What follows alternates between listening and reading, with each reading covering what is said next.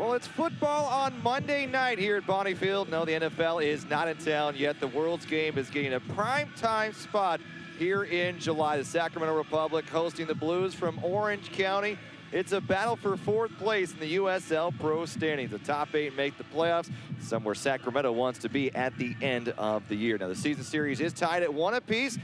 This will be the second match that the Republic host Orange County this season. The Blues hope to continue their hot streak, while the Republic, well, they just hope to keep their dominance here at home, continuing for yet another match. Good evening, everybody. I'm Rob McAllister alongside my partner Kevin Goldthwait tonight, and this was a match that was supposed to be played on July 4th.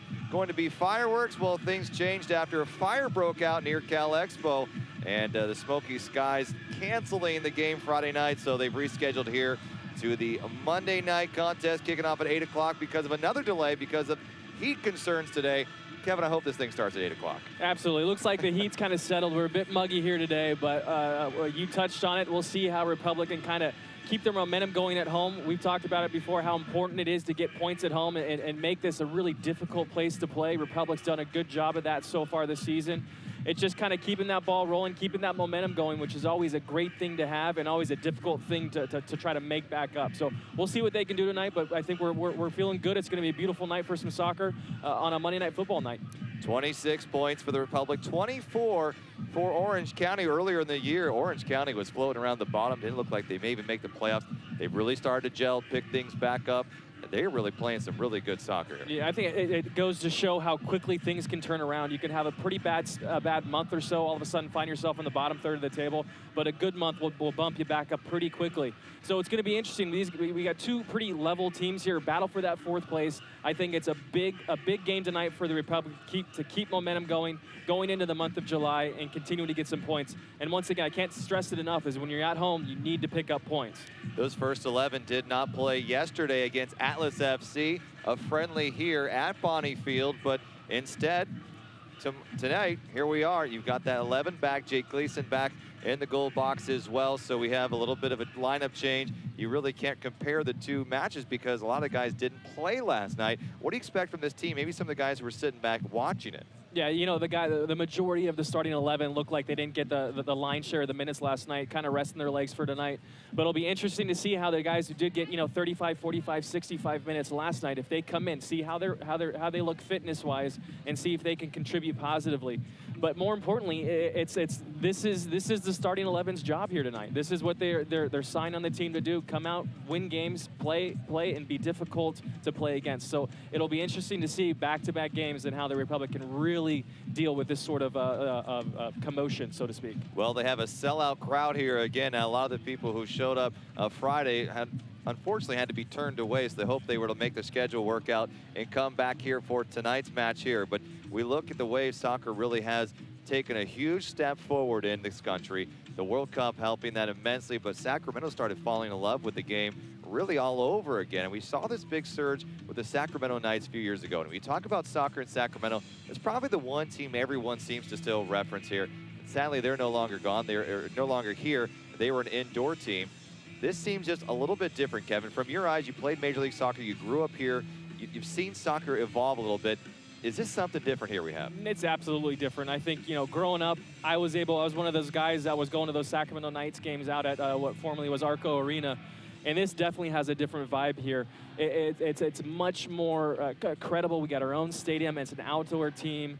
Warren Smith's done a fantastic job. The front office has done a fantastic job bringing in the right players, bringing in the right coaching staff, and done things right from the ground up. The structure, the foundation is very, very solid. Very impressed to see. And it's been interesting the last 2 months being a Sacramento native. I've been a part of alive for what seems like 5 or 6 World Cups now. And this by far was the most energy and excitement I heard from friends, families, colleagues, asking me questions about soccer. People ask me questions about the EPL. People ask me questions about MLS. So I think finally there's something different. I don't know if it's what's going to take us over the hump, but it's definitely the levels being picked up. We got the Tower Bridge Battalion, a great supporter section here that are just passionate fans, which every team needs. So all the puzzle pieces are in place. It's just now up to the fans and guys like you and I, Rob, really bring the game to the mass audience and get it latched on for the local population here in Sacramento. Just been at work and home and going to bars and restaurants. I don't think I've ever remembered someone and just over and over, bringing up different soccer topics. Did you watch the matches? You watch, and not even just the United States. We're talking some of the other matches as well. And it seems like it's really starting to catch on. And really, I guess the next phase is there's an excitement about the game now. And I guess our next step is really starting to understand this game. Yeah, and that's the big thing, too. That's what we're here for as well. We want to bring the game to as many people as we possibly can, explain it, make sure everyone knows that this is it is the beautiful game. Here we are on a Monday night football night. It gets a bad rap, soccer does, for being a little bit slow. But, you know, when you really start seeing the intrinsic little details that these guys, that these athletes are able to do game in and game out and really put their bodies on the line, it's something that's impressive. And, you know, Rob, I'm a sports fan. I like every sport. And believe me, soccer is just a special, special game that a special type of athlete needs to play. And I'm not trying to downplay any basketball players, NFL players. It's just a different type of athlete. But these guys are solid, strong athletes out here. And I always think in this country we have to stop choosing one or the other. People like football. They like the NFL. They like NBA. They like Major League Baseball. You can like soccer as well. It's okay to like more than one sport. I think that's where we get a little bit, maybe too sensitive about a lot of the things. So both teams coming out on the field tonight. It's the Orange County Blues, the Sacramento Republic, and these two teams clashing tonight. It's a third matchup between these two squads. Each team with a 2-1 victory. First it was Orange County down at Anteater Stadium, and then it was the Republic at Hughes. That was the first home win, and Stewart and John with goals there. So this is two teams battling for that fourth place position. Now on the road, Orange County is 3-5. Sacramento 4-1-1 at home in USL Pro matches. They did lose to Atlas FC, but this has really been a different club when they're playing in Sacramento compared to when they're on the road. And I guess we'll step aside here for our national anthem.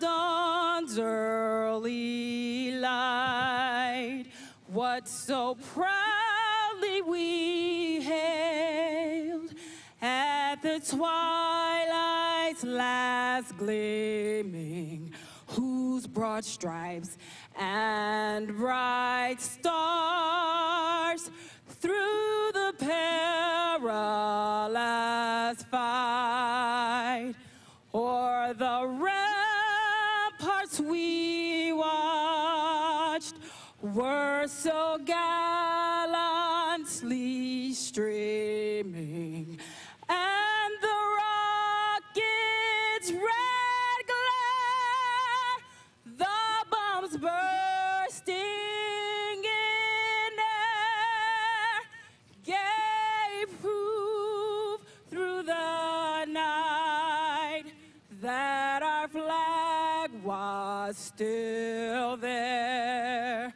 Oh, say does that star-spangled banner yet wave o'er the land of the free and the home of the brave. Fans, let's hear it one more time. Well, tonight's Sacramento Republic FC match brought to you by UC Davis Children's Hospital, the region's only nationally ranked comprehensive hospital for children. UC Davis Children's Hospital offers children and their families the highest level of health care. Visit their booth on the concourse if you're here at the match, or learn more at children.ucdavis.edu. And how about the starting lineups for the visiting Orange County Blues? And the goalkeeper tonight will be Patrick McLean. He gave up 2 goals to the Republic back at Hughes Stadium. That was the first win earlier in the season. Seth Moses, Jimmy Turner, Fabrice Goutreau, and Josh Suggs make up the back 4. And in the midfield, Stephen Okai, Giovanni Santana, Gabriel Gonzalez, Enrique Carnitas. And the 2 strikers, Mashed Momeni, and the leading scorer in the USL Pro, Alan Russell, wearing number 7, and will be out front for the OC Blues here tonight. And so these two teams looking to go head-to-head here. This is a big match here as we look at things, Kevin. We're talking about 4th place on the line. I know it sounds a little bit early in the season, but this can really propel you one way or the other. Absolutely. Big game tonight for us. It's really important, once again, I think, to start for the Republic. First 10 minutes, make sure you go out there, be solid, be strong, cooperate, and make sure we're loud, we're vocal, and really be proactive moving the ball forward. So it's like we've had the problems before with Republic. The first 10 minutes of the half, first 10 minutes of the game, they need to make sure that they're strong defensively. And so for the starters for the Sacramento Republic tonight, and the goalkeeper making his 8th start of the year, Jake Gleason, and making his 3rd appearance with the Republic this season, Alvis Powell on loan from the Timbers. Mickey Daly, Nemanja Vukovic, along with Emra Clementa will be playing. And along the middle will be Ivan Mirkovic, back from a red card suspension. He is playing his first match in several weeks now. And we'll be seeing to see how he shapes up. George Pochive, Carlos Martinez, and of course, the WAN who won Goal of the Month, Rodrigo Lopez, will be along the left wing there. Adam John, Justin Braun, and see how these two can really put it together. We've seen them get better and better, start to be more in sync. And when you look at them, they're almost the same player. I mean, the body type, the athleticism. Adam John's a little bit younger. Justin Braun's got a little bit longer hair. But other than that, they're pretty similar players. Yeah, they've played together here for now maybe 6 to 8 weeks. And I think this is a time where you really want to see these guys starting to gel together, working well, pairing together, making combination plays, and just knowing each other a little better. So I'm excited to see how they can perform tonight. Love to see how Powell plays tonight coming in. The guy's got blazing speed up that right wing side. But once again, got to be careful with him. Defensive first in the first 10 minutes. Make sure you're solid in the back, then start maybe taking a few chances as the game progresses. But there's a few good storylines. We got Daly back in the lineup who sat out last night, Vukovic in the middle. And, you know, this is probably the 2nd or 3rd game these guys have played together in the center of the park in the back.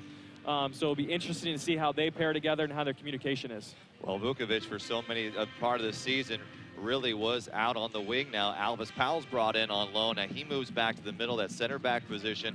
How is that going to be different for him? Is this more a natural position for Vukovic? You know, I think Vukovic with his left foot, he's one of those players. Typically, you see left-footed players are all left foot, and that's Vukovic, I think, to a T. So you see him set up on that left center of the center backs, playing that position. I think his distribution out of the back is something that Preki really likes. Vukovic can clip a really nice ball over the top or play a firm ball with his laces into the feet of Braun and John. So it'll be nice to see how he fits in tonight. And we are underway here at Bonnie Field. The OC Blues taking on the Republic from Sacramento. Sacramento and the all maroon red jerseys here. We're all blue for the Orange County Blues. Now the coaches for the Republic, Coach Preki, Coach Major League Soccer, Toronto Chivas, 2-time MLS MVP as well. I mean, a guy who's really put his stamp on it. And you look at this, he's been able to really impose his thoughts on soccer here early. This team's already starting to really pick up what he's teaching. Yeah, he's done a really good, what Preki does really well is it's day in and day out. They're doing the same thing at trainings. It's the same 7-8 drills that these guys kind of learn, live, and breathe every day. And they become very good at it. So you start to see these guys, the ball's zipping, crisp passes throughout trainings, and it's something that Preki's really excelled at through his career, is making his guys day in and day out work hard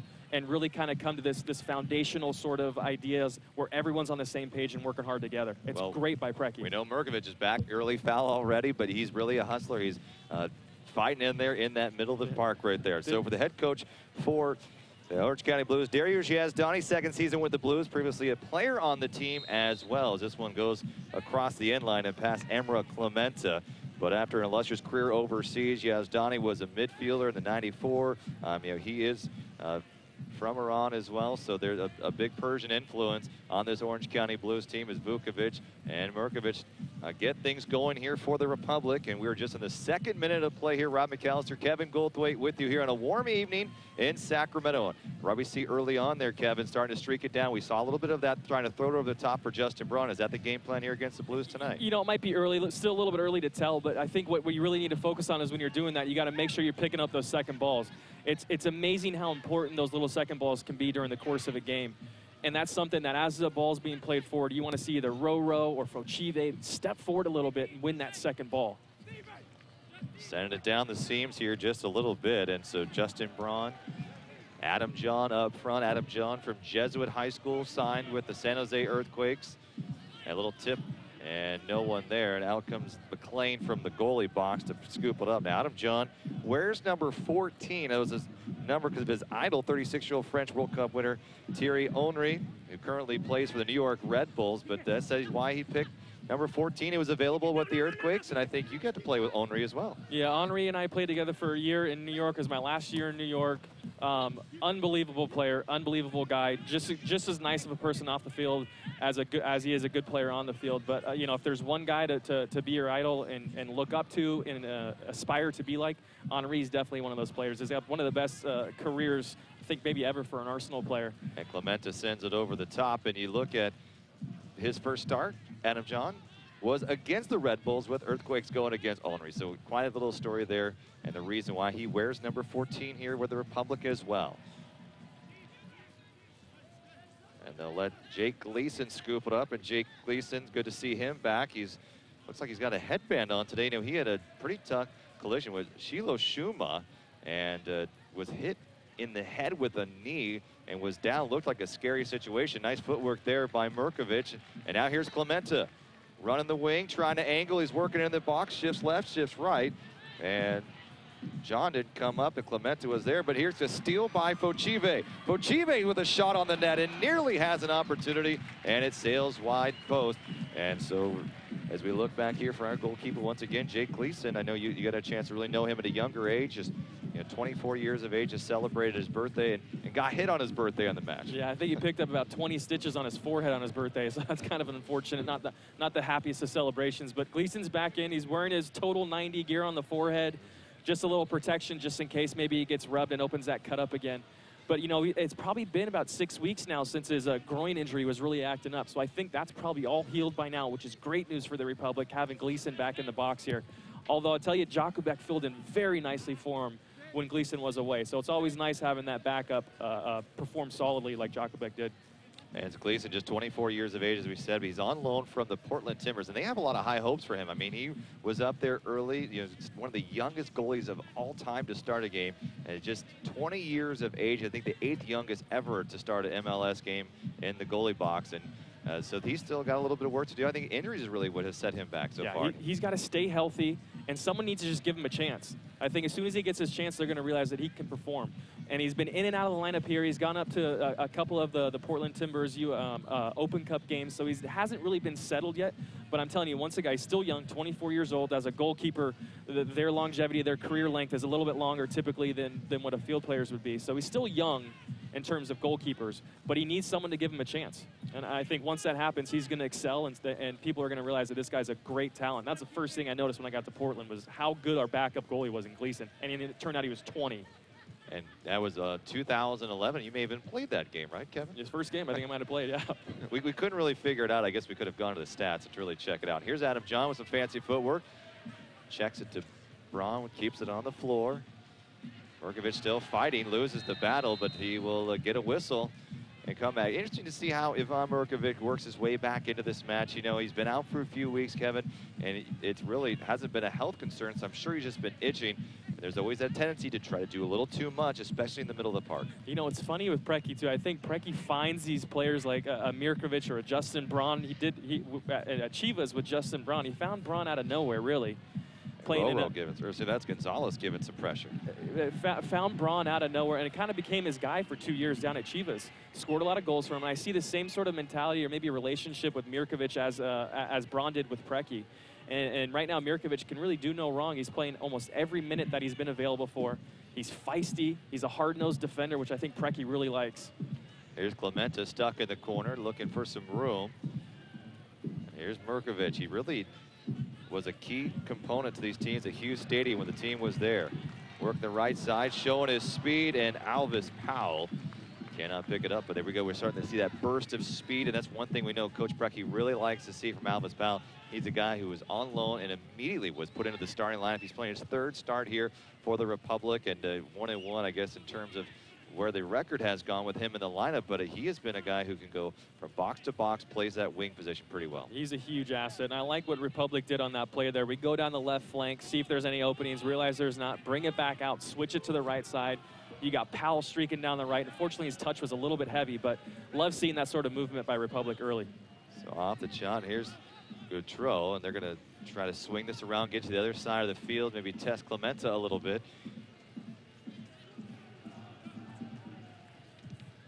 Vukovic. Well done by Battling Vukovic out there. with Cardenas. Yeah, wins the throw-in, bangs it off a OC Blues player, earns the throw-in for his team, and they keep the ball here.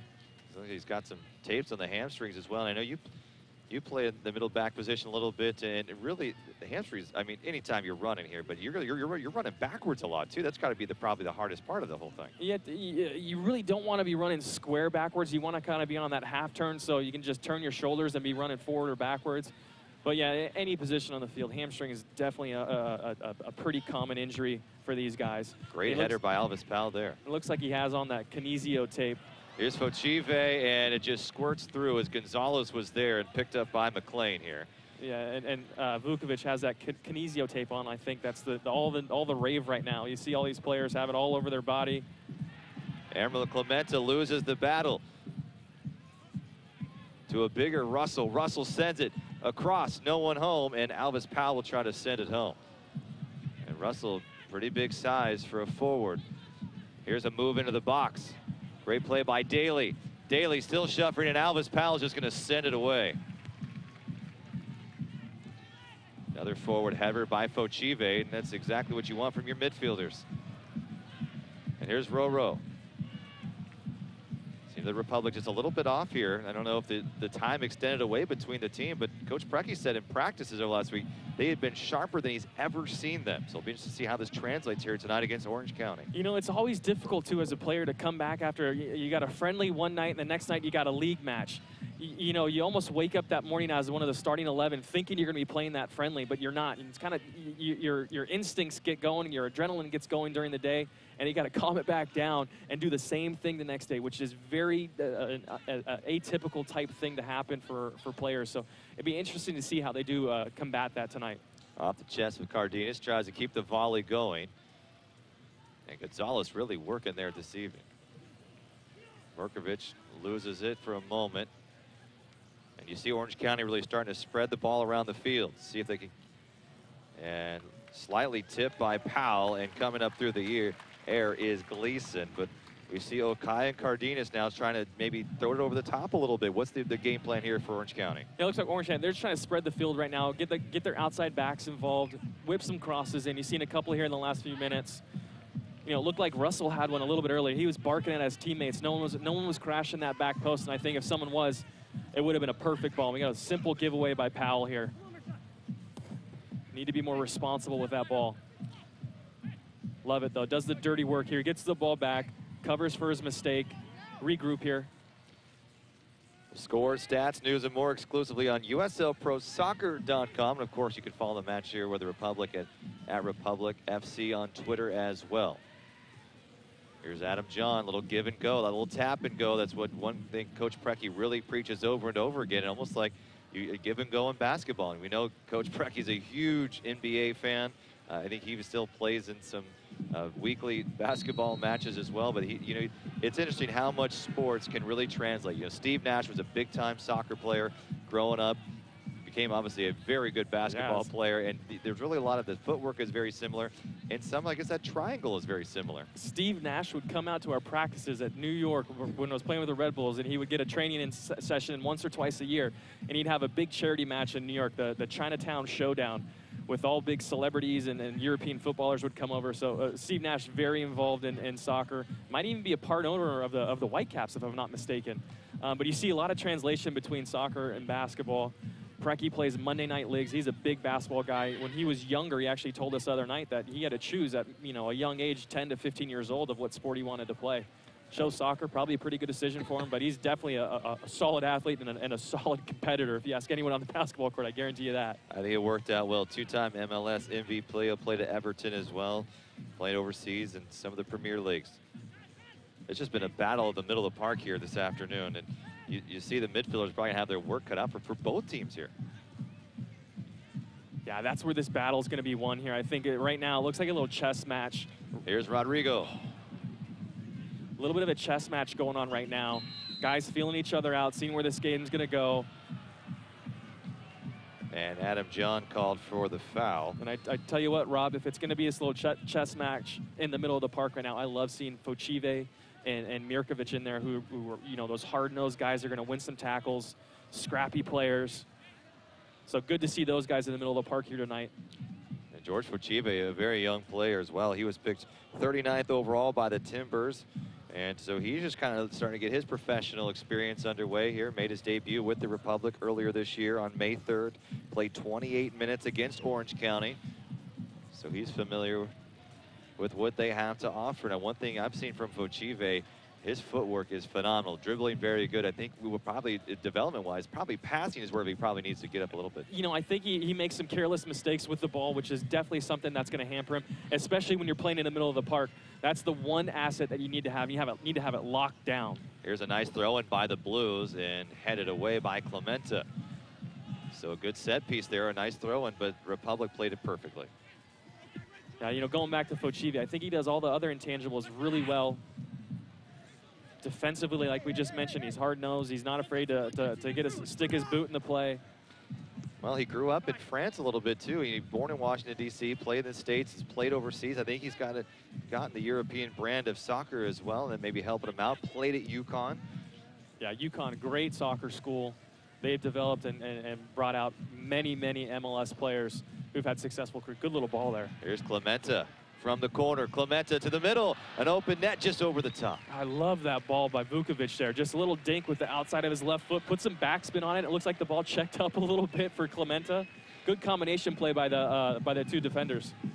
And Patrick McLean from Cal Poly San Luis Obispo, originally from Wisconsin. Played 2 MLS matches with Chivas USA. In the box here for Orange County tonight. And here's Rodrigo Lopez, the best corner man for the Republic. Leads the team in assists. And the phenomenal ball in there again. Yeah, the goalkeeper going out. Looks like he's trying to hail a cab with those arms. Here's Fochive dancing, looking to shuffle right, and he takes one to the face. No whistle blown. Orange County with the counter. And Gonzalez wants it back. He's fighting hard. And Fochive getting a little payment. Nice slide tackle from Braun to steal it back, and a turnover by the Blues. I love that by Fochive. If you're the guy that's going to turn the ball over in your final third, he's the first one back. He sprinted 60 yards, ends up winning the ball back for the Republic, which, I mean, you can't ask more of your players to do something like that. And I think that goes down to Preki instilling that sort of mentality in the guys. And Lopez goes down, maybe taking a shot to the face, a little bit slow to get up. And Rodrigo winning goal of the month when he basically took one just outside, about 24 yards or so, and just sent it through the net. And that was the 4-3 victory over the Rapids Reserves. A great goal by Rodrigo, a great night for him. A couple of goals that evening and assists as well. And he just had a spectacular game. But interesting for Roro is that number 8, he's moved inside. He played most of the season here with the Republic on the outside as a midfielder, but he's coming inside. How does that change that dynamic for the Republic? You know, it was funny when he first took that move into the inside in the middle of the park. He mentioned it, you and I, Rob. He's like, I was just getting used to playing on the outside. And but the thing is that's his natural position. He's a guy that's not going to run by you with his pace, but he's going to beat you with a couple of passes and his intelligence on the ball. So I think this is a more natural fit for him. And Momeni with a nice pickup and trying to fight to keep it his way, and it'll stay the Blues ball here. But Momeni with a nice ball, took it to the midfield and then really pushing it down here. Now they got a pretty good set opportunity here. Yeah, and we've talked about this before, Rob. This is a throw in here in the corner, and all of a sudden, in the last like 5-10 years, soccer, we've got these guys that can throw the ball 40-50 yards. So this essentially turns into a corner kick or some sort of set piece. And it's really difficult for goalkeepers to deal with because this ball typically lands right in front of them, and they got a lot of bodies, and they just try to put as much traffic in front of the keeper as they can if you're the attacking team here. Okai will throw in here. Lopez up, one in the box. And that is Goutreau, and well done by Daly. Daly comes out, wins it solidly. Daly has played really well in the last several matches for the Republic. And good stuff there by Republic, too, to keep that ball cleared. Roro picks it up, a couple nice passes under pressure, and here we are, we're breaking on the other side. One thing I love about Powell, just seeing him this is the second time we've been able to watch him in person, and he takes it off the chest, and he gets it and goes. He does not hesitate, doesn't wait for anybody. He really wants to move it downfield as quickly as possible. Yeah, and that's a big difference maker from, I think, what I remember playing when I started playing high school, when I took the jump into college, is that first touch.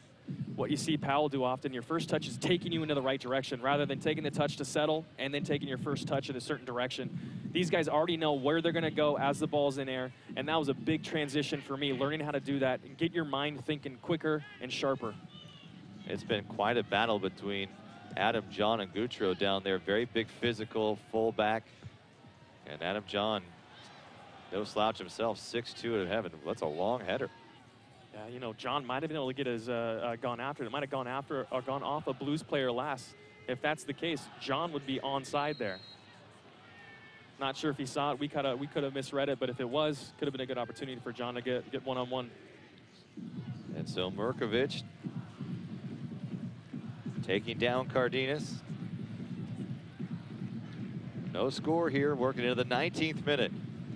Along with Kevin Goldthwait, I'm Rob McAllister. Thanks for tuning in this evening on Monday night. Republic looking to sure up, get 3 points here tonight. We're moving to 29 on the season. Here's Pochive, but a good possession right now by the Orange County Blues.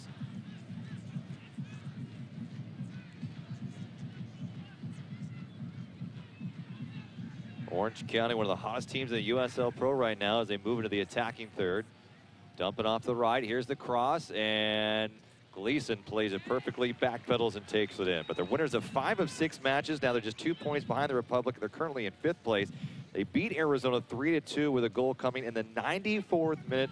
Andrew Hoxie, they were down 2-0 at half, and they scored in the break. And I guess that's the one thing the Republic could take away, Kevin, is this is not a team that's going to give up despite the score. I mean, down 2 at half, a lot of teams would probably try to play for a tie. They went for the win, and they got it. Yeah, and we talked about time and time again, those last few minutes of the games, last few minutes of halves. That's when you really need to bookend your performances with solid minutes. Good ball by Gonzalez. Powell goes into the fence, and Braun is still fighting for it. Gautreau comes away with it. Yeah, unlucky there by Powell. Unlucky by Powell. Like to see him that positive movement. And here's Russell tracking it down on the left wing. He'll stop before it gets to the corner. The mark is Daly. Daly trying to keep it square. And the header in Mirkovic. Orange County controlling here. Possession really not dominated by either team. Republic probably have a slight advantage.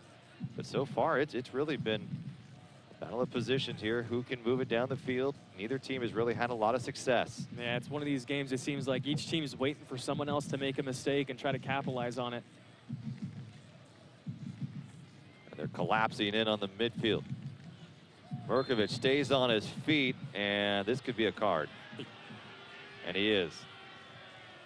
So Ivan Mirkovic with a yellow card, just back after having red cards. He was out for 3 matches. And here he is already. It's a little bit of trouble, so we're going to have to keep a watch on number 18 tonight. Yeah, and you can see Chavez, the referee there. He's motioning 1, 2, 3, 4, saying persistence there by Mirkovic. It's simply not the hardest tackle, but the fact that I think he's already committed 3, 4, 5 fouls in the first, 20 minutes is the reason for the caution there. But I don't think Preki would be too upset with that. That's kind of his job. He's got to be in there. He's supposed to be a pest, so he's doing his job. Unfortunately, he got cautioned early, but. Here's Joshua Suggs with the free kick. University of Humboldt grad. Played with the Atlanta Silverbacks and the Nasal.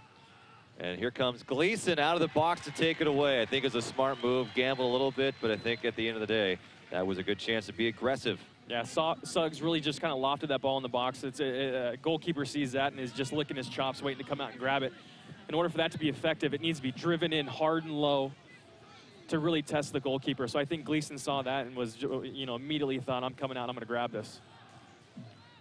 And it seems the passing between the midfielders and Braun and John tonight has just been a little bit off mark. They just don't seem to be on the same page quite yet, and hopefully they'll figure that out because, as Coach has said, they've really been on target. They've been so crisp. Their passes have been so good in practice. It's got to translate here in the field tonight. Right, and I think the excuse or the reason they've been using over the past 6 to 8 weeks has been, we're just now starting to play together. So give us some time to gel, mold together, and mesh.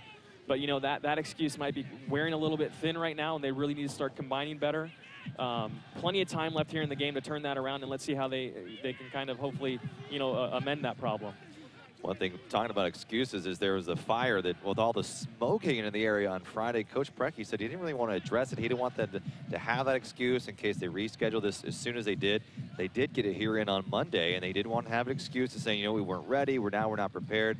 He said he acted like this was the schedule all along. I love that mentality by Preki. He's telling his guys like this, and there's never going to be an excuse for you guys to go out there and put a poor performance in. And it really makes every player always be accountable. Nice ball by Gleason. Look at this attack. Here's Braun running. Great first touch by Braun there moving forward. From Clementa. Now Braun working his way around the box about 20 yards out, and now he'll concede and pull it back out for Fochive. Fochive, little tip pad from Clemente. Fochive's got a chance. Fochive, the cross, and sends it away. But Fochive maybe should have taken one more dribble in. Good combination play. Good combination play with Fochive there, playing a quick little 1-2, getting himself pretty much essentially put on goal. Tries a quick hard cross around the face of the goal. Fortunately, no one's there crashing that back post. And so Patrick McLean, 6'3", comes out. In college, he was an All-Big West second-team member for 3 consecutive years. Cal Poly, one of the premier soccer programs, has become in recent years. Sent a few guys to MLS as well.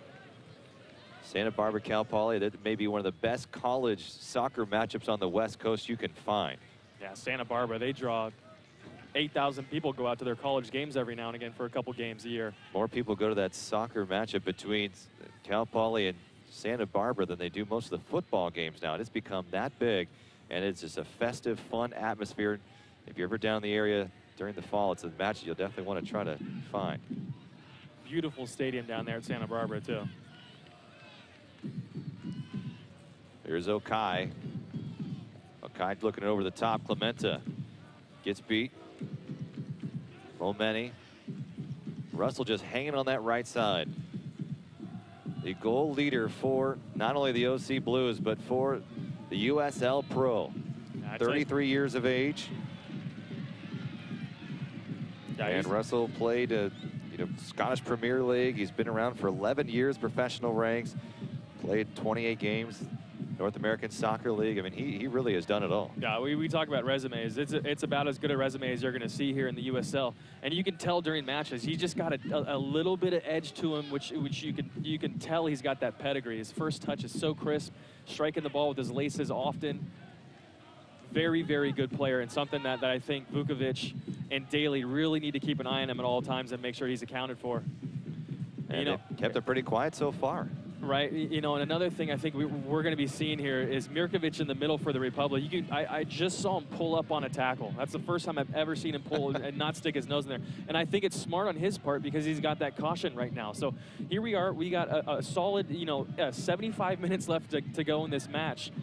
And Mirkovic is already thinking about not getting stuck in on tackle. So I think it's something that we should definitely take note here for the rest of the game. But an interesting little wrinkle here for the match. And a little shoving back and forth, and Fochive trying to draw the foul. Won't get it. It'll go to the Blues here. The Blues on the road, and they have not been great away from Anteater Stadium. They play in UC Irvine Stadium. They're 8-8 on the year, 3-5. Meanwhile, Sacramento 4-1-1, and they've given up, 15 goals on the road compared to just 9, which they've allowed to score. So it's been a little bit troublesome for them. Here's one trying to get into the box to Russell. And a whistle blows, and Vukovic and Russell might have collided and maybe tagged his ear a little bit. Yeah, it looks like Russell got his elbow a little bit high. You're almost taught to go up in that manner, keeping your arms up. And so meanwhile for Sacramento, they've scored 11 at home, allowing 8, so they've been much better. Here, but the differential still very close. Yeah, I'd like to see that number a little bit lower defensively on goals against. That's my defensive mind coming out again, but really I think that would be Preki, something that Preki would like to see as well. You need to be, when we talk about getting points at home, the first thing you need to think about and worry about is defensive shape. And if you're conceding goals, it's going to be that much harder to get points at home. So I think that's something that they really need to work on. We got a good solid 27, 30 minutes here going so far. Here's Powell. Powell looks like for John running down. Braun was also running wide near the far post. McLean had to choose, and I think he just feeling a little lucky that one sailed a little bit wide. Yeah, Powell might have been a little bit anxious. Would have liked to see maybe take one more touch there, let his guys kind of set their runs and make them, and then serve the ball in just a little bit early. Guys weren't essentially in the spots they needed to be that early on that service. Powell, just a young player. I mean, he really put on loan just about a week ago now, a little over a week ago. On loan from the Tinders. From Jamaica, played at Portmore United. He's considered a rising star. I mean, this is a kid who really could have a long future ahead of him. Yeah, man, we've mentioned it before, but he's got the one thing you can't teach, and that's pace. And he's got a lot of it to spare. We got Preki yelling at the linesman over here. It looked like Russell and Clementa were going at it for a second there. And keep an eye on that match. Whenever Russell's going in for a 50-50 ball here in the next 10 minutes, I think there's going to be a little bit of chippiness, especially if he's going up against Vukovic or Clementa over there. There's the throw in, looking for Russell. They're going to find Santana, and Santana will try to get it back to Russell again. Russell streaking down this right side here, number 7. They just made the move to Orange County. They were known as the LA Blues. Started this season in Irvine. Irvine has drawn a few thousand fans a game. They're doing pretty well considering what it was last year. It seemed the Blues would have been a little bit of a mess. They didn't really know. They were playing at Riverside.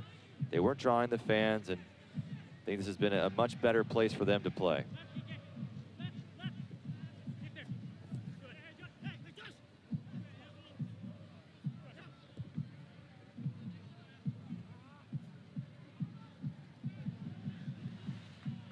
And again, Kevin, we really have not seen a team take control yet. I mean, we saw it yesterday. Atlas FC came in here, and it was their first 10, 15-plus minutes or so, and it was all Republic. They had the possession.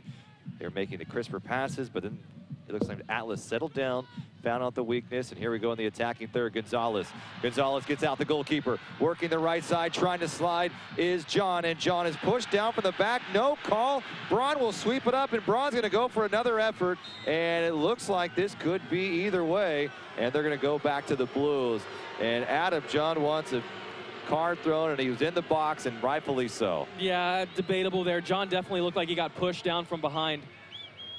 Unfortunately, you know, the referee ruled that part of the play, and then unlucky, I think, also we don't even get a corner kick out of it. Looked like it could have gone both ways. And we got Russell chasing down the ball as it sprung out from the back. And he'll be called, and now Vukovic and Russell. Vukovic is feisty, and he definitely so like we talked about about a minute and a half ago, 2 minutes ago, that Russell and Vukovic, as well as Clementa, they've had a few words going back and forth that we can see down here. I don't think it's over either.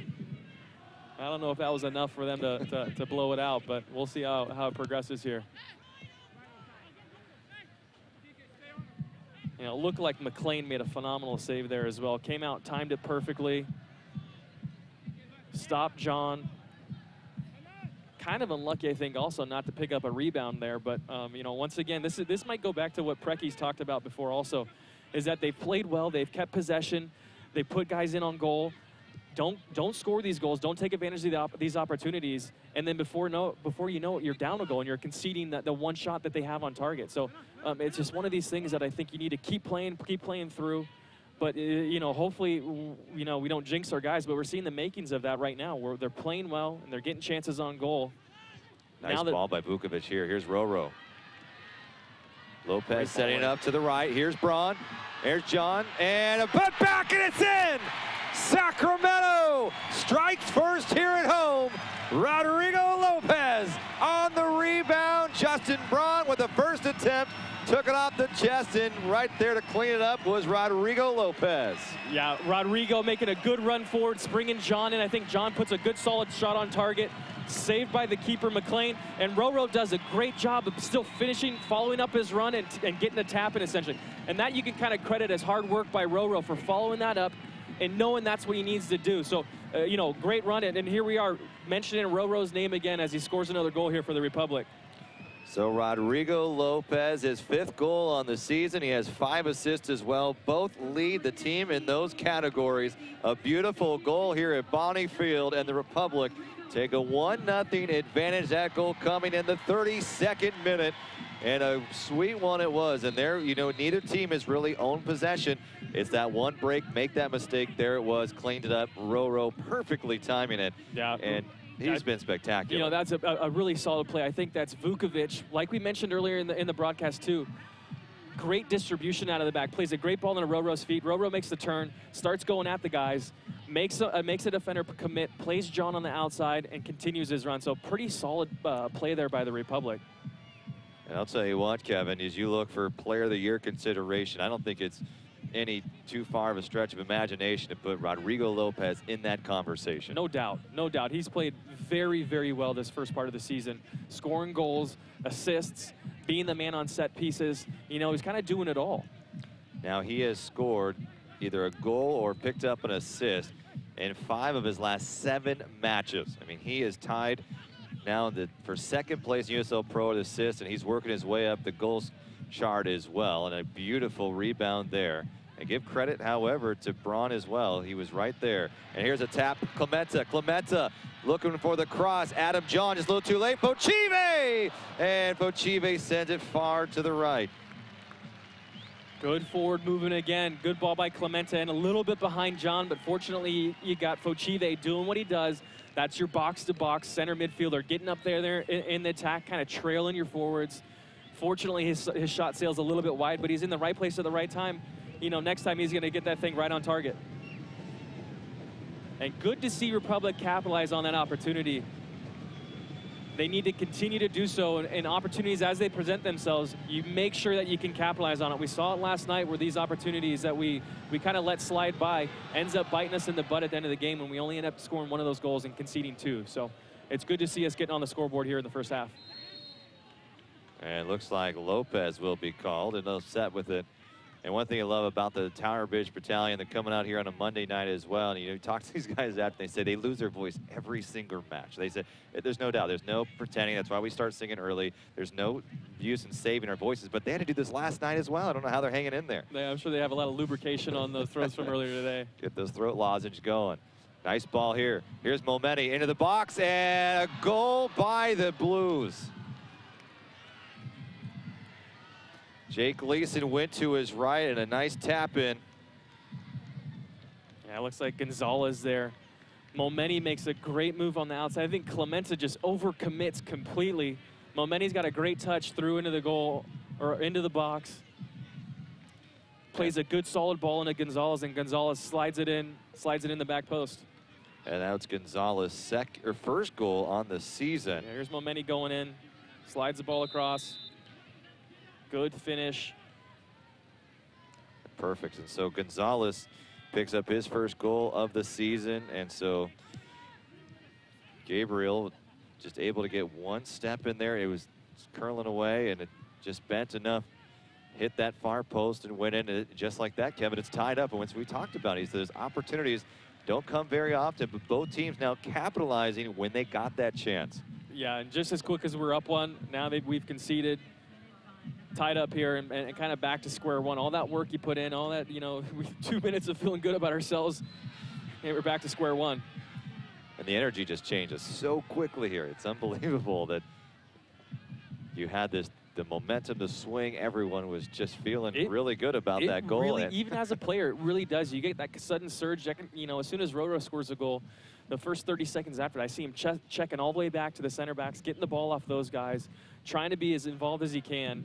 And here we go, after we concede, Roro plays the ball out of bounds immediately. So it's kind of interesting seeing how guys' mentalities and attitudes change from when you score a goal to when you concede a goal. So we got to make sure that we're solid here for the next 5 minutes. So Momeni with his 2nd assist on the season on the play. Got deep in the box, is playing on the end line. Found Gonzalez, and Orange County has tied this thing up. Now, both of the previous 2 matches have gone 2-1, so this next goal could be the winning goal if history repeats itself here. This one sent high to the box, and Gleason, 6'3" and all, will get it out of the air. And no chance for Russell there. Yeah, once again, that ball is way, way too high for it to be effective for the Blues. Gleason sees that, and that's pretty much a can of corn for him, coming out and scoops it up. Mirkovic looking for Vukovic. Vukovic will keep it on the floor, finding Daly. Now it's tied back one again. Republic, you got to kind of probably stick to your game plan here. No need to change it up. No need to press. No, we created a couple good chances. Keep doing what we've been doing. Try to stay positive.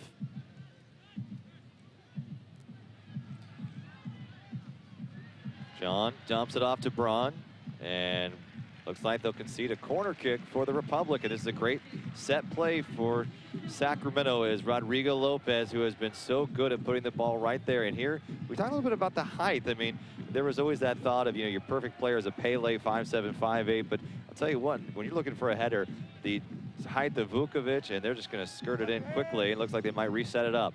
Here's a cross, toward the net, and had a chance. Adam John was right there, but Clementa also running, but that almost made it inside without any help. It's a phenomenal ball by Roro. I mean, he missed the back post by a foot. That's exactly what he's taught there. Just curl the ball into the back post. Hopefully you can get someone's head on it. If not, if it bounces in the 6-yard box, it might find the far post. And you see if that was a foot farther to the left towards goal, that sneaks in. Goalie's got no chance. He's taking a couple steps forward thinking a player's going to get their head on it and just completely concedes that back post. So that's, I mean, once again, Roro on set pieces is very, very dangerous. Gonzalez looking for a teammate, and that is Santana. Santana swinging it around and looking for good throw. And even building up to that corner kick, it was good combination play by John and Braun. John comes into the hole, receives the ball, turns. Braun makes a great run behind the on the back shoulder of the center back and gets a corner out of it. So it's good to see those guys kind of clicking a little bit here in the first half. Back header by Vukovic, finding Daly. Russell giving chase, and Daly sends it over the top, putting some pressure on that back four. About 6 minutes or so left here in the first half. All tied at 1. A goal by Lopez and a goal by Gonzalez. This one's high and not very long. Vukovic can play it, volleys it up high, keeps it going. Lopez fighting. Rodrigo Lopez, quite a resume himself, as Roro has played for Coach Preki before, Chivas USA. Yeah, Roro's got a really good resume as well. I think he's played for almost every level of the youth national team for the U.S. growing up, under 14, 15, 16s. Went down and played for Chivas in Guadalajara for a couple of years. And they played for Chivas USA in 2005. That was with Preki. And then I know you played with him at the Timbers for a couple of years in 2009 to 2011. Right, he was up there for a year when I was up there. And a guy with this kind of talent, what's his key to getting back to MLS level? I think he just needs to get that bite going. He needs to go, not be afraid to kick somebody. Maybe hit the weight room a little bit, become a little bit stronger. He's got the brain. He's got the physical asset of both feet, being able to strike great balls technically. So he's got the technical skill. I think, you know, what really could help him is if he can just be a stud on the ball and not be able to get knocked off. So maybe gain a few pounds and hit the weight room a little bit. Could really be an asset for his game. Well, his set pieces may be second to none in the USL Pro. I don't think there's any question about that. Yeah, and those are the things also, you can't teach that. That's just guys have that or they don't have it. And I tell you, Roro can do that with both feet. You can see he's predominantly, you know, he's a right-footed player, but his left foot's just as good. Here's Justin Braun from Clementa. The cross sent a little toward high, and it was looking for Gonzalez, and Gonzalez couldn't find it before sails past the end line. Yeah, it looks like Gonzalez was just a little bit too anxious there on the back post. Would like to see him withdrawn a little bit farther and make sure there's no ball over his head so he can go and attack the ball in front of him. So looks like he's just a little bit anxious there, but good play moving down the left side with Braun serving a good ball in the box.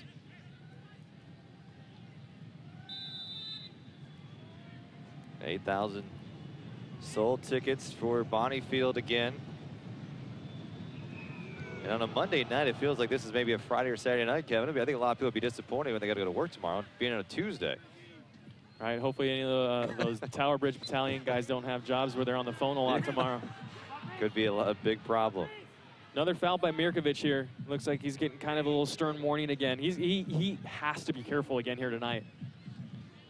And slow to get up. Looks like it's Okai. You know, it might even be a consideration on Preki's mind here to just bring him out at halftime. Hasn't played many minutes in the last 4 weeks. 45 minutes, kind of just slowly integrate him back into the team and save him for the next game. Because I tell you what, that's something that I'd be thinking about if I was Preki, is how feisty and anxious he's going to be in that second half, especially if we're close here at 1-1 right now. Here's Gautreau, a forward header by Clementa. Rodrigo fighting for it. Braun and John collide toward the ball. Neither can pick it up. And here's Orange County looking to go back on the attack. Showing some good speed on the outside. The Blues have been very good on really on the outside. It seems to be their game plan here. Almost try to get it toward the end line and maybe send one through the box. Yeah, you know, playing down the flanks, looking to serve some balls in the box. Russell's in there. He's not the biggest guy, but I'm sure he's going to be pretty tenacious when it comes down to fighting to get that second ball in the box. Great shield by John. Gets it to Roro, who's working in the corner. And this could be a corner, and it's going to be. That's brilliant by Roro again, too. He's just simply, you know exactly what he's doing. He's trying to bait the guy, banging off him, maybe for a throw-in, get yourself out of that situation, but earns a corner kick. So smart play by Roro. It shows his experience right there. Moves a Cal State fair sign. Here is the shot. Far, high post. And here's a header, and to the far post, sends right. But it was a good chance there for the Republic, and a good ball placed perfectly once again. Yeah, that was Braun and Vukovic there on the back post. Braun, unfortunately, doesn't get that ball on target. You'd like to see him try to head that back across the face of the goal, maybe shoot for his far post, and maybe, if you're also lucky, get another Republic guy crashing on that back post to score. Good effort, though. Once again, good ball. Looks like Republic was on the same page with that set piece.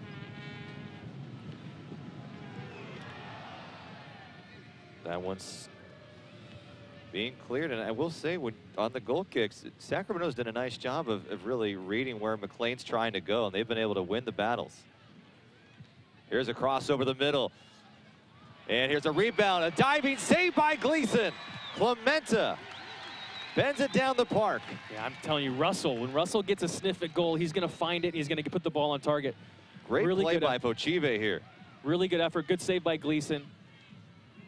Wasn't all too challenging for him, but he answered the call.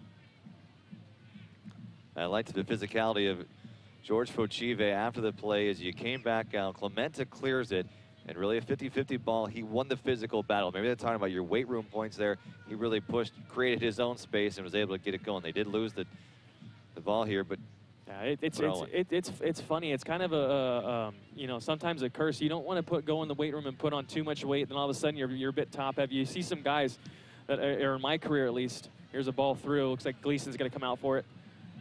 But you see guys in the off season come back with maybe 10, 15 pounds more in their upper body, and all of a sudden they're just top heavy and things aren't working for them. So there's a fine balance that you got to kind of find, and hopefully you have the right strength and conditioning coaches that are telling you the right things to do, and you're having the right diet and all that stuff. But there is that fine line of too much and too little.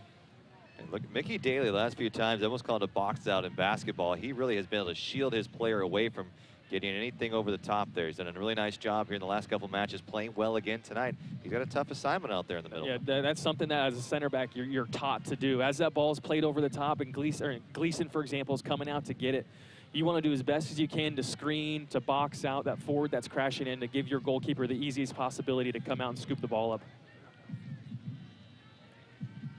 So we're on to extra time here in the first half of play. The throw in. Vukovic again, a nice forward header. Mirkovic tries to keep it going. Right back to Russell, though.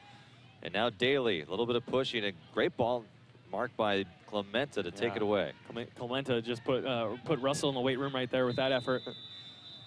And there is the whistle. So a minute of extra time means no score, but it does remain a 1-1 match here for Bonnie Field. Sacramento scores first, but the Blues come back with a nice goal from Gonzalez on the assist from Momeni. And so we go into the locker room and we are tied at 1 apiece. Stay tuned. More coming up right here on a Monday night from Cal Expo.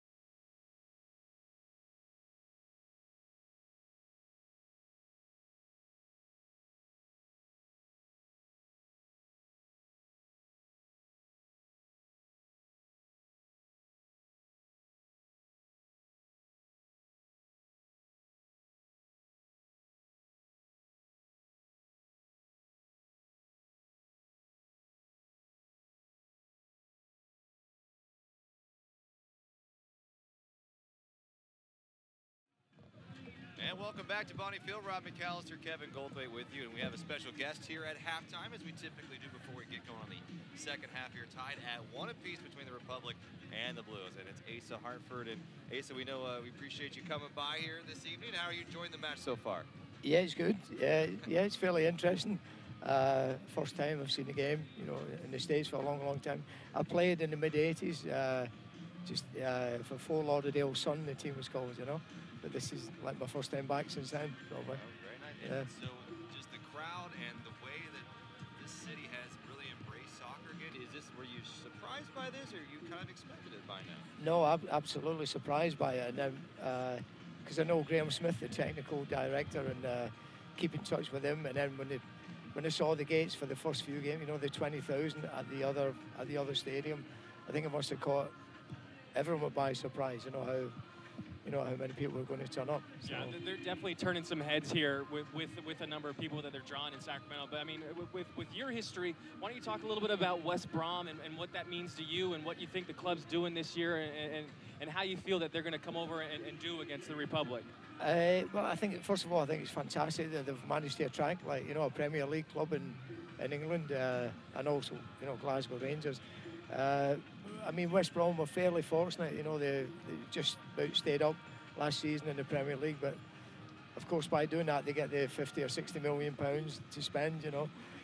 So so hopefully they spend that wisely and attract the right talent. That's the tricky thing for a club like West Brom, where you're kind of in that relegation zone. Do you go and spend that money that you get for staying up in the Premiership immediately? You know, there's always that, you know, do I do it now? Do I wait? Yeah. Save those from reserves. It's a very interesting battle that you see in the EPL over the years. Yes, you see, well, a couple of years ago, QPR did the same, and they went and spent, and you know, where are they now, were buying, right? yeah, you know, well, I mean, they've got back in, but I mean, they were decimated, you know, once they came out of the Premier League, because they had players on like Christopher Samba, big centre back. He was on like £100,000 a week, you know, and it was $170,000 a week. It's a lot of money, whatever it is, right? Exactly. And that's 52 weeks of the year, you know. When he's lying on the beach somewhere, he's still earning $170,000, you know, incredible. So they had a lot of players, and I think West Brom are a better run club. Yeah, very, very good team. You know, we actually, when I was playing in Portland with the Timbers, we had West Brom come over, and very technical players. It's interesting seeing how, in my career in the MLS, when you have these mid to lower tier EPL teams come over for their kind of their preseason warm-up games, it's interesting seeing how they can compete with the mid-level or upper-level MLS teams. I think it's a good battle.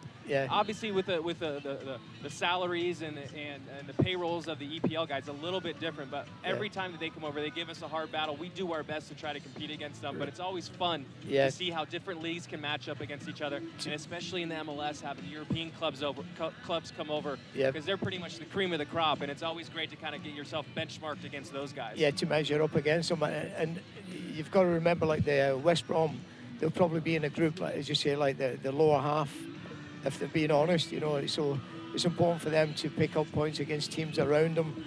I mean, when they come up against Chelsea and Manchester United, they'll give them a game, and occasionally they'll get results, but, you know. They were talking to Asa Hartford, and from Scotland, midfielder during his time, played West Brom, I believe, for a little bit as well, right? I played for West Brom, yeah, 200 games. Looking at where West Brom is today, seeing a half of the Republic. Yes. How do you think the Republic will fare coming up on these friendlies later in this Oh, month? I don't. Well, I'm sure they'll give them a game, and I think for West Brom, because it's pre-season, they'll probably field two, you know, like one team in the first half, and so it might not be so fluent a game. I think the Republic will give them a game. Yeah, it'll be a good battle, I think, you know, with West Brom. It's always interesting. We talk about friendlies often, especially with it being essentially their preseason coming over, and probably giving a couple guys a few minutes who might be on trial, so to speak, or might be on the cusp of making the team. But it's always interesting seeing how managers come in and they deal and manage time and minutes for each player's coming in.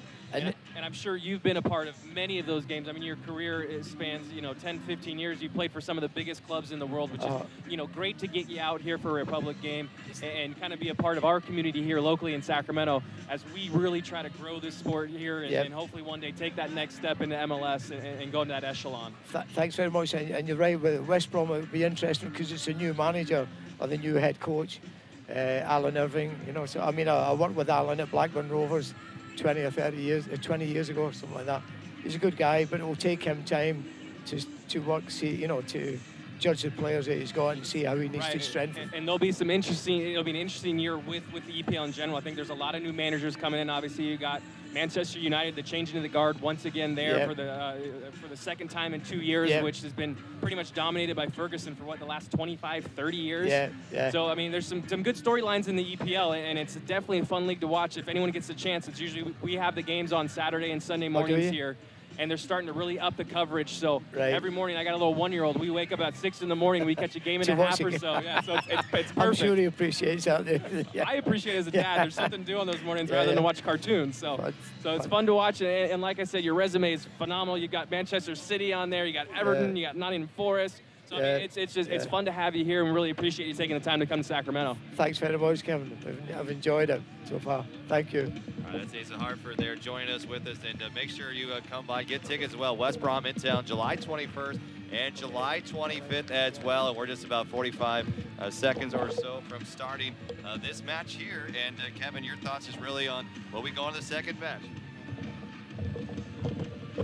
The second half here ends as we look at this 1-1. Sacramento, they fought for position. They continued. Looks like they got that break. Rodrigo Lopez on the score for the rebound. Justin Braun with the first initial shot. And then right back come the Blues. Not ready to concede this one. And now we're tied at 1. And next goal could be the winning goal. You know, we talked about it before. It's once you score that goal, what my back four, when we were playing together, we would always look at each other when we end up scoring a goal. We say, okay, 5 minutes, no chances. Don't let the guys in behind us. Don't let the attackers get behind us and force us to turn our shoulders. So I really would love to see, you got Vukovic back there and Daly really take some initiative and take some ownership on that responsibility, have that land on their shoulders to make sure that they're not the ones that letting balls in behind them. So it's something that I think that's been a bit of an Achilles heel for the Republic over the first part of the year here. And even as we move forward, I think it's something that Preki needs to start addressing potentially. And here's a halftime stats, a goal for each team, an assist by the Blues, as it was unassisted for Rodrigo Lopez. 8 fouls for the Republic compared to 6 for the Blues. 3 corner kicks, and we saw a couple of chances for Sacramento to put one in. Braun with the latest. It did not go. No corner kicks for the Blues. I think that's probably a good sign. Really looking at defense of that back four, not to concede any corner kicks, not to give them those set play opportunities. I think that's a win there. Yeah, absolutely. And here we go as we start this second half. I think that we'll talk about it again. The first 5 and 10 minutes are going to be vitally important for Republic. Get out going on the right attitude, the right mentality, and make sure that you're not conceding. We say it time and time again, Rob. And it looks like don't have any substitutions for the Republic. And out come the Blues as we're about to get underway the second half here from Bonniefield. Rob McAllister, Kevin Goldthwait with you here tonight. And a battle of two teams looking for 4th place in the standings. Really, you have the Orange County Blues 2 points behind, 8-8 overall. Sacramento 26 points, 8-5-2. And they are 2-0 in USL Pro play here at Bonniefield. Field much more suited for Sacramento's style of play.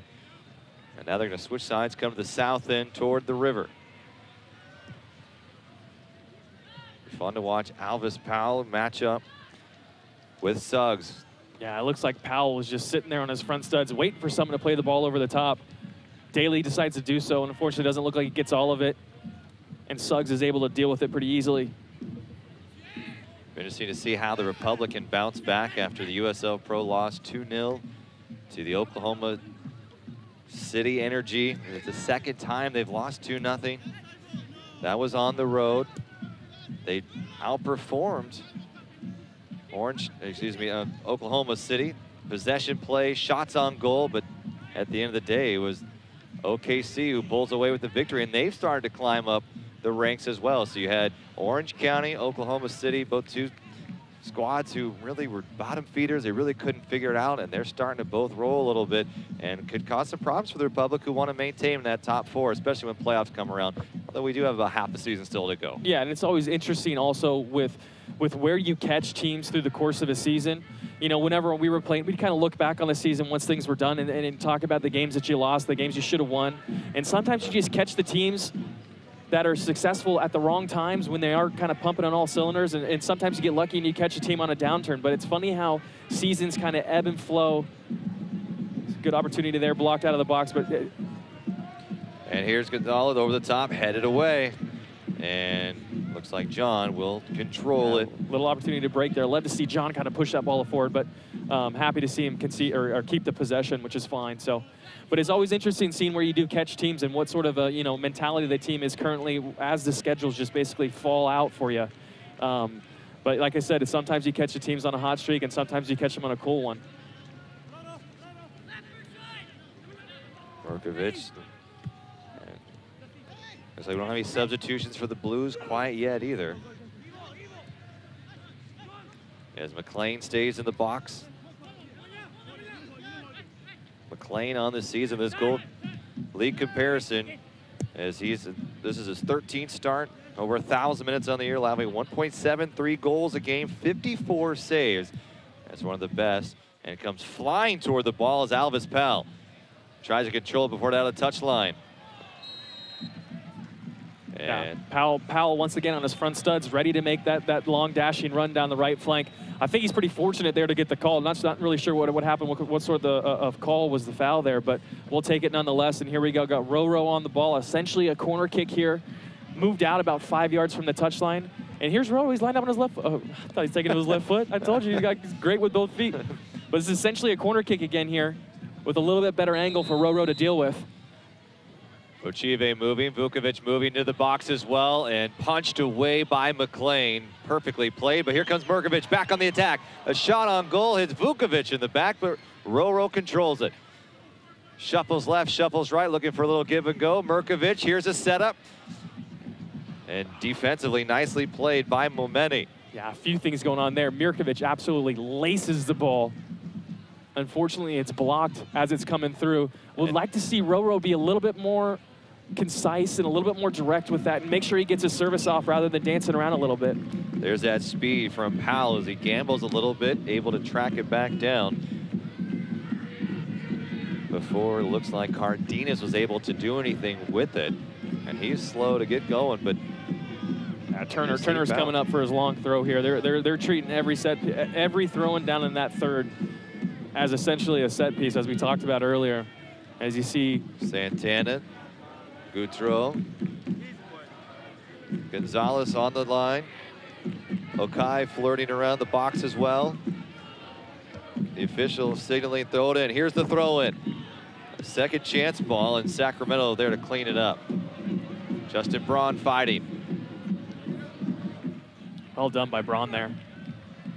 Looking for a little tap for Adam John, and a whistle is blown. Yeah, it looks like and Braun. He went in with, and that might be a card here. Yeah, it looks like Braun just caught him, Okai, a little bit late there. Maybe his ankle got rolled up on. I don't think there's any malice in the tackle. It looks like there is a caution going to be thrown here. Agree with that call totally. Just bad timing, I think, by John. Just a little bit late. Here's a replay, it looks like.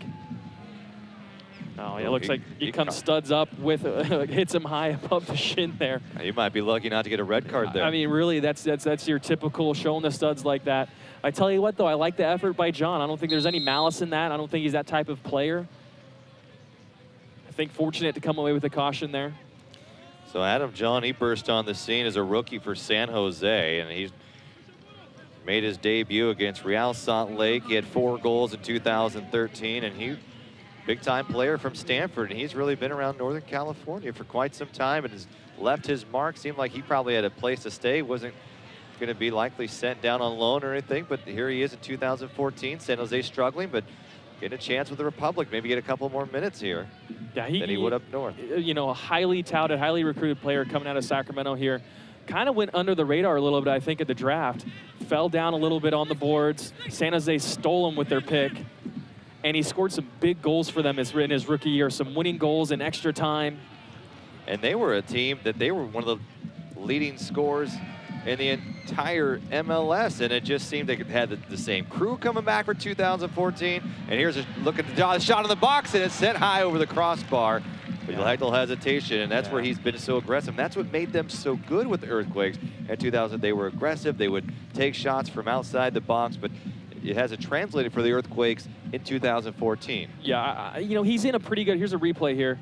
Looks like he's leaning back just a little bit on that sort of shot, you want to take the shot and you want to take 3 steps towards the goal after you hit that thing to make sure you keep your chest over the ball. And that's what I would always say to myself as I'm striking a ball on goal, is make sure you follow that thing to the target. But, you know, John's in just such a difficult position right now. He's got Steve Leonard in San Jose, Alan Gordon in San Jose, who are 2 very similar style of forwards as John is. Here's Clementa, gets beat on the right side. Momeni tries to send it into the box. Vukovic there, and they're going to say a push on Clementa. Yeah, I agree with that call. I think Clementa gave him a little bit nudge, almost got away with it, kind of being a little bit of, you know, a sly little push. And it's right as Momeni's going to strike the ball, throws his balance off. But like going back to John, just a difficult position for him right now, where he's got 2 very similar players who got some experience, both those players have more experience than John does. And, you know, I think in any other situation, maybe in any other league on the team, he's probably getting the lion's share of time. But fortunately, we got him here in Sacramento playing for us tonight and hopefully scoring a goal for us. Well, here is Suggs to place it down. It's a dangerous area for a set piece. Send to the box. Here's the cross. The header is too far, too strong, and too wide. Gleason didn't even have to move for it. But it'll remain Blues ball here on their attacking third. They've started to pick up possession time, and they might be leading this one here in the second half. They put some pressure on Sacramento. Yeah, they've come out strong. Sacramento's holding their line. Here we go with a long throw again. Republic need to make sure this thing does not bounce. There's a long throw toward the box. Headed away, a second ball chance sent high. And this one loosely thrown in, but Moses was right there. And it looks like he just couldn't get high enough, and the volley was just a little bit too tough for him to try to bring it down to the ground and get a chance in. And now here a quick throw by the Republic. Yeah, you know, I think these throw-ins for the Blues are becoming more and more dangerous as each one progresses here. Republic need to really make sure that they're doing their handling their marks, handling their responsibilities on those long throw-ins. Russell goes up for it, whistle blows, and it'll come back. So the Blues make the change, going from Riverside to Orange County down at Irvine. And Santa Monica Bay civil engineer Ali Mansour is the owner of this team, and he started in 2010 and played at Cal State Fullerton. They're known as the LA Blues as the Sacramento Republic move into the attacking third here. Now we'll set things up. Here's Gonzalez, sends it over the top. And just a bad ball there, taken away easily.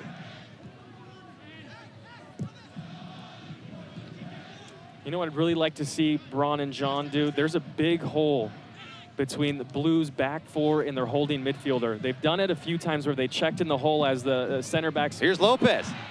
Wins the battle, dumping it off. Here's Adam John, and a collision before he is hit. And Adam John has something to say to Gautreau afterward. And Gonzalez was running, was not Lopez. And Lopez was trailing on the play. Gonzalez made a nice ball here, looking for John, just try to give it a tap, 1-2, yeah, and hit off the hand. They're looking for a handball there. And then he just takes him out. And I think if you're Adam John, you should be upset about that. How is there no call on that? Gautreau just dipped his shoulder into it. Now here's Justin Braun. Braun wide, taken down. Gets back up, still fighting for it. Into the corner he goes, trying to see if he can get a goal kick. And now here comes Mirkovic.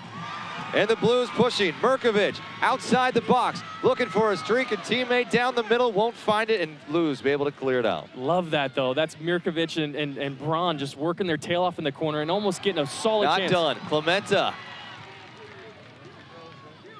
This is a battle. Santana takes it right back.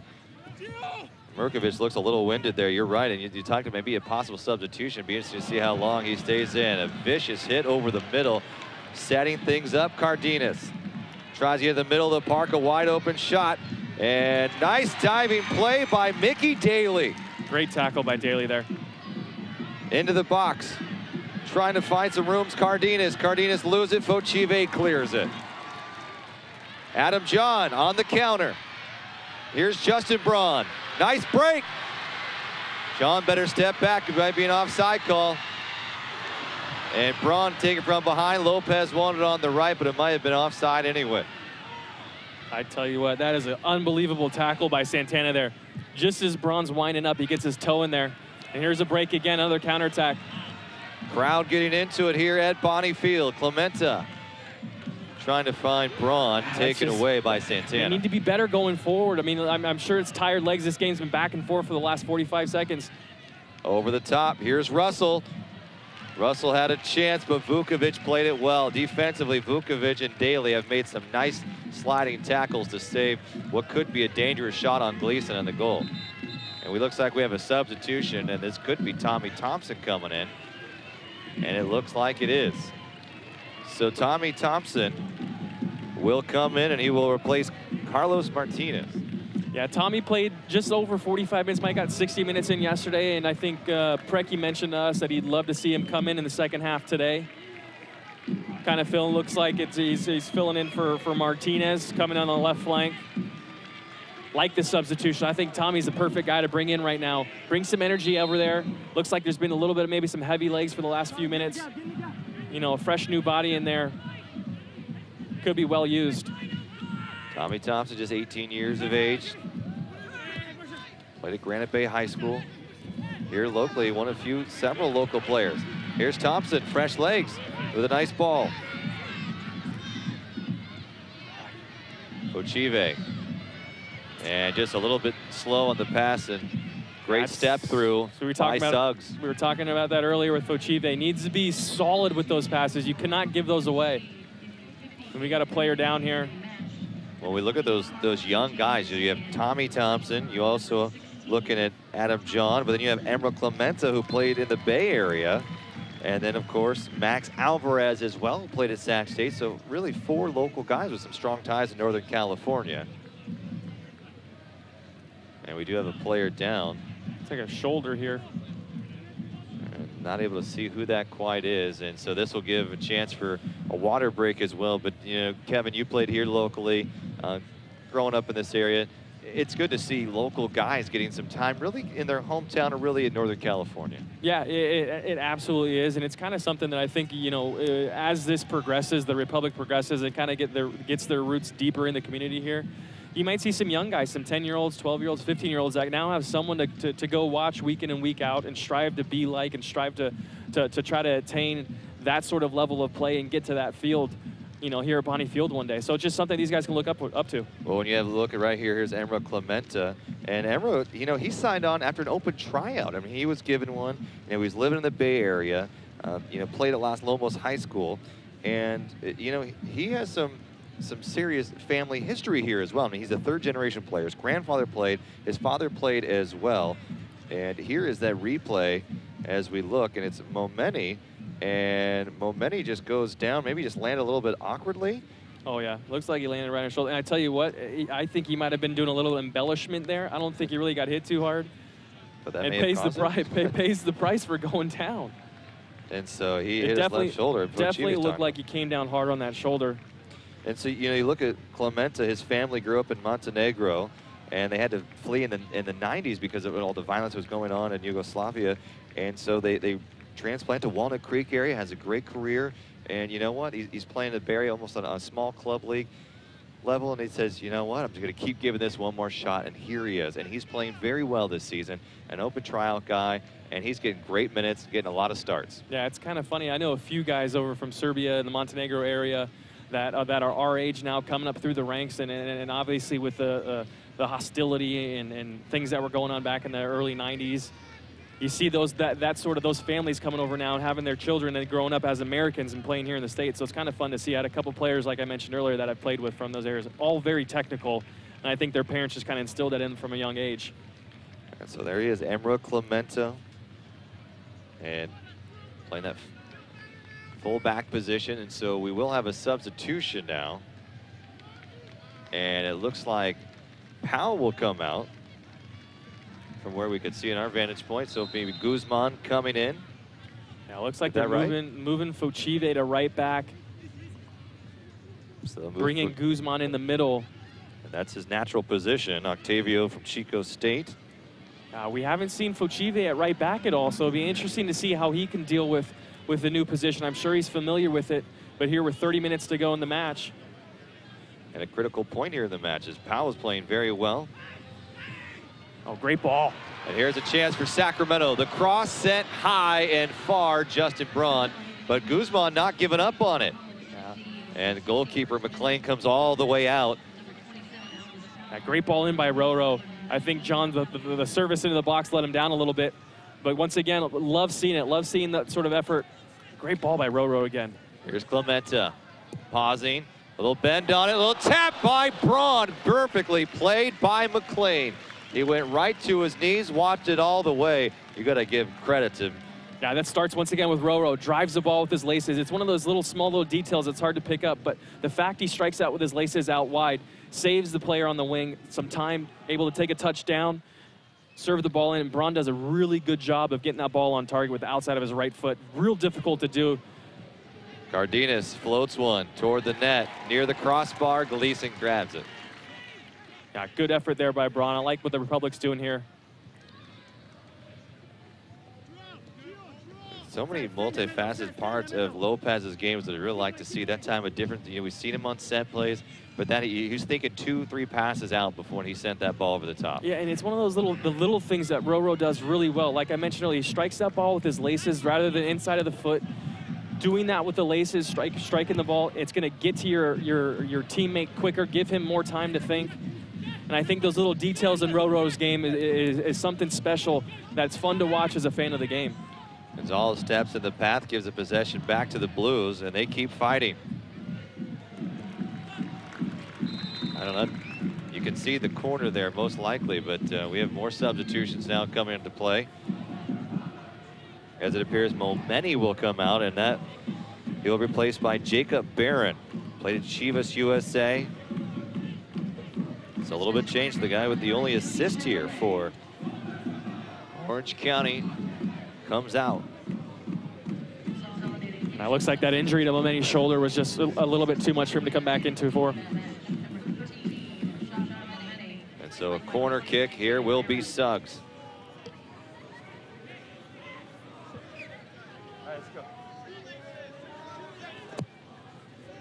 Set high. Perfectly done. Another Republic, but right back. Here comes Orange County. Sends one over the middle. Another headed away. Vukovic following it, keep it up high as Lopez. Still up in the air. Braun is going to win this one. He's fighting for it. And a little bit of a chest bump there, and he'll be called for it. When you start tackling, really grabbing around the wrist, I guess it's when you're probably going to get called for it. You're thinking ticky-tack. Yeah, you know, he's going away from goal. Now this puts him in a great position, a great set-piece opportunity. It probably is a foul, but I think the right call there is just let it play, let that ball go out of bounds. So Justin Braun made his debut with professionals of Chivas substitute in the 73rd minute against FC Dallas on March 30th, 2008. Here's a ball bent. Curling away. Republic come back away with it. Here's Lopez finding Merkovich on the run. Merkovich will slow things up. Well done by Merkovich there to win that ball and keep it. And this one's taken away by Cardenas. And be a little bit of a test here, getting quickly back up, and it'll go back to Sacramento. But I'm starting to get a bit chippy right now. As you said, it'll be interesting to see how Fochive is. But now let's look at Octavio Guzman. And he was an All-American, originally from Bay Point, California, just 23 years of age. Went to Chico State, had a great career there. He's got some size, really good strength. There's Tommy Thompson on the run, into the box. Great defensive slide by Goutreau. Yeah, Guzman, he has all the necessary tools. I just like to see him, really go out there and own the game a little bit. I think he's kind of waiting for the game to come to him, waiting. But if he goes out and actually puts his stamp and owns it, I think the sky's the limit for the guy. He's got great technical ability. He's strong. Makes good runs. Here's a run right here by him. He's in the box. Braun is waiting.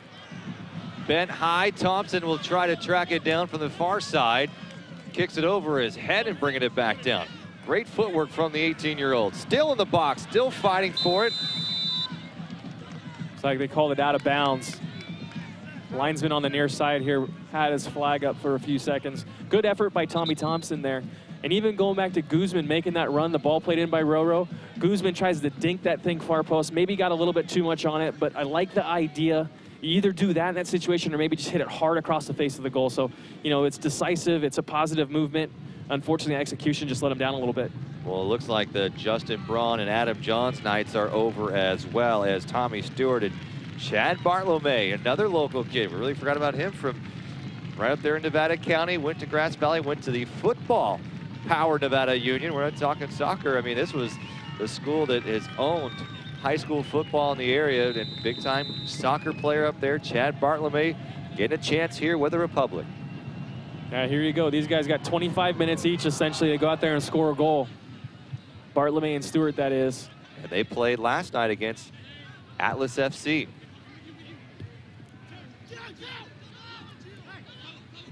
Guzman in the middle. Oh, there's that hole right in front of the center backs. Bartlomay found it early. Strike it, Lopez. Lopez looking. Goes left, shuffles right, goes back left, comes back with a stop, and Tommy Thompson may have been the teammate he was looking for on that left flank. Yeah, a little too generous on Roro's part there. Love to see him take that and just strike it with his right foot. Cuts the defender nicely and tries to slide one through to either Stewart or Bartlomay, and unfortunately was blocked by a Blues defender. So it was a 2-1 loss last night, but it was Bartlomay and Stewart, the starting forwards. And we wanted to see then last night how they work together. Maybe Coach Preki wants to see them keep working again, maybe keep those pairs together. Nice ball here, off the chest. Goes Bartlomay. Bartlomay still going for it. McLean able to send it away, but back here comes the Republic.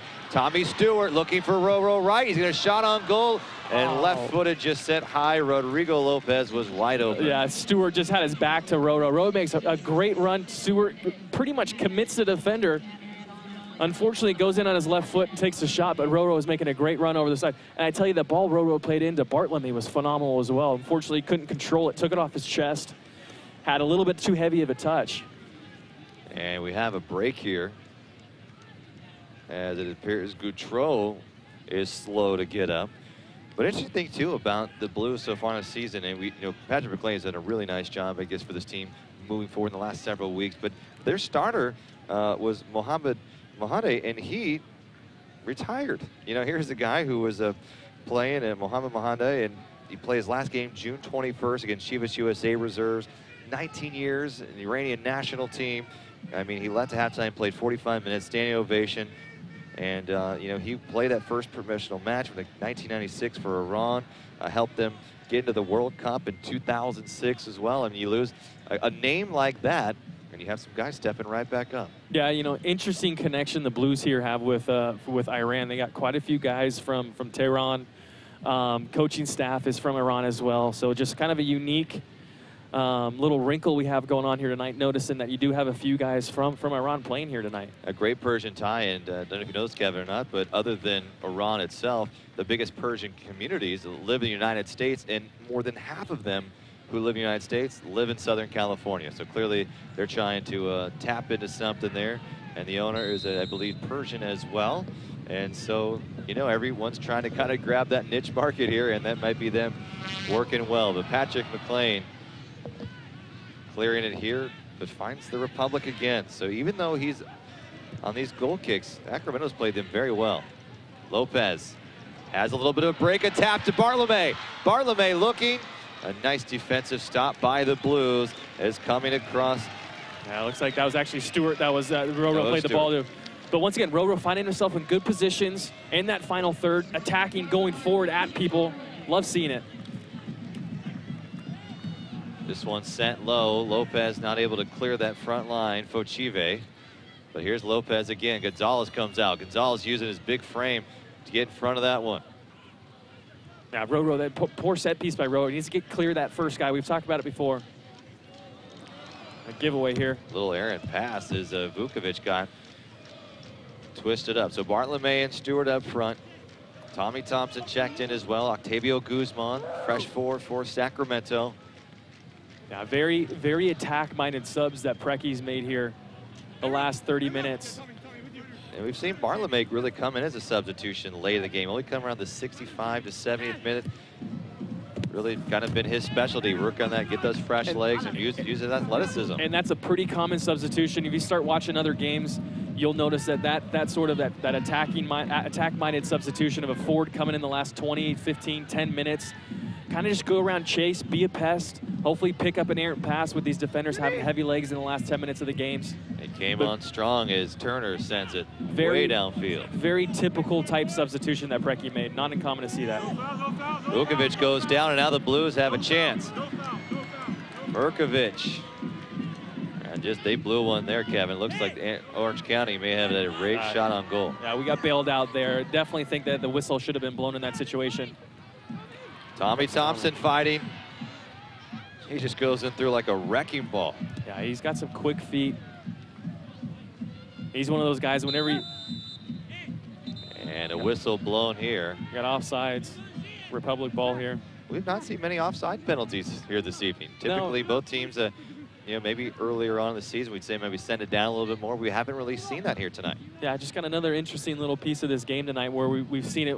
I call these kind of matches little chess games where everyone's feeling each other out. It still almost seems to be a bit of a chess match type game. And Clementa was streaking down the left side. Got to look at it, but just couldn't square up in time. McLean was caught between two minds there. If Clementa would have been able to kind of, take that thing cleanly, I think McLean, excuse me, would have been caught out and would have been in big trouble as he's trying to backpedal and trying to get back into his own net. We've reached the 73-minute. Tied at 1. Goals coming in the first half of play here. Bartlome volleying it off his chest, brings it down.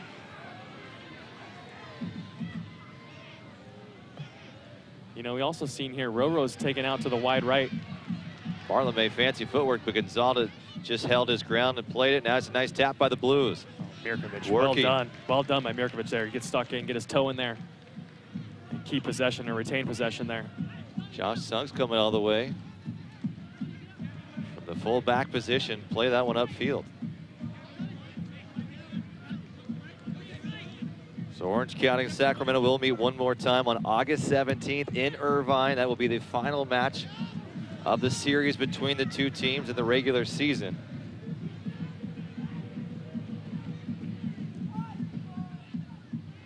And Russell's been quiet. I think that's probably the one takeaway right now of Sacramento when you look at the small victories is the leading goal scorer for the USL Pro hasn't had a good shot on goal tonight. I mean, he really has been kept back, and I give a lot of credit to Mickey Daly. He's played nice well. Daly and Vukovic, that's all that means right there, is they're doing their job tonight. Keeping Russell quiet, not giving him too many touches. Whenever he does get a touch, you make your presence known, give him a push, give him a little kick in the back of the leg. But I think it's a good job, like you said, by Daly and Vukovic tonight, taking care of Russell. Guzman heads it, but the wrong direction. Trying to correct it is Daly. And Tommy Thompson, a little bit loose on it. I think Gleason will scoop it back up. So the goals came, and Rodrigo Lopez on the rebound of a Justin Braun shot in the 32nd minute. Then Gabriel Gonzalez score from assist from Merched Momeni. And that's where we are, tied at 1 between the Blues and the Republic here at Bonnie Field. Another sellout of 8,000 fans here. The support has been absolutely spectacular this season. And even with this game rescheduled from Friday here because of the smoke concerns of the fire, this place looks pretty full, Kevin Goldthwait. Absolutely. Still drawn well, still keeping the excitement. Good job by Stewart here. And the crowd loves Stewart's. Good little one-on-one battle right there, won by Stewart. Great effort. Tommy Stewart from Northern Ireland. Clementa's looking to wind up. Mirkovic keeps it on the floor, but Guzman can't handle it. Nice slide tackle to try to keep it in possession. Yeah, it looks like I got a little bumpy there in the middle. Guzman knows he should keep that ball. Tommy Stewart started with Linfield FC in Northern Ireland. This is his first time in Northern California. Thompson was streaking there. If only Bartlome could have got that thing down on the deck and played him through. Here's Lopez. He's looking to slow things up, but Stewart looking to trail. There's leak out a little bit. Bartlome was the one trailing. I think Bartlome and Stewart are being pretty active right now. I like what they've done since they've come in. Vukovic looking to ready, power one through. Stalling is Bartlome trying to take one off the chest. OC plays it well. Chad Bartlome played with the BSC Old Boys Club in Sweden for 2 years, actually almost 2.5 seasons.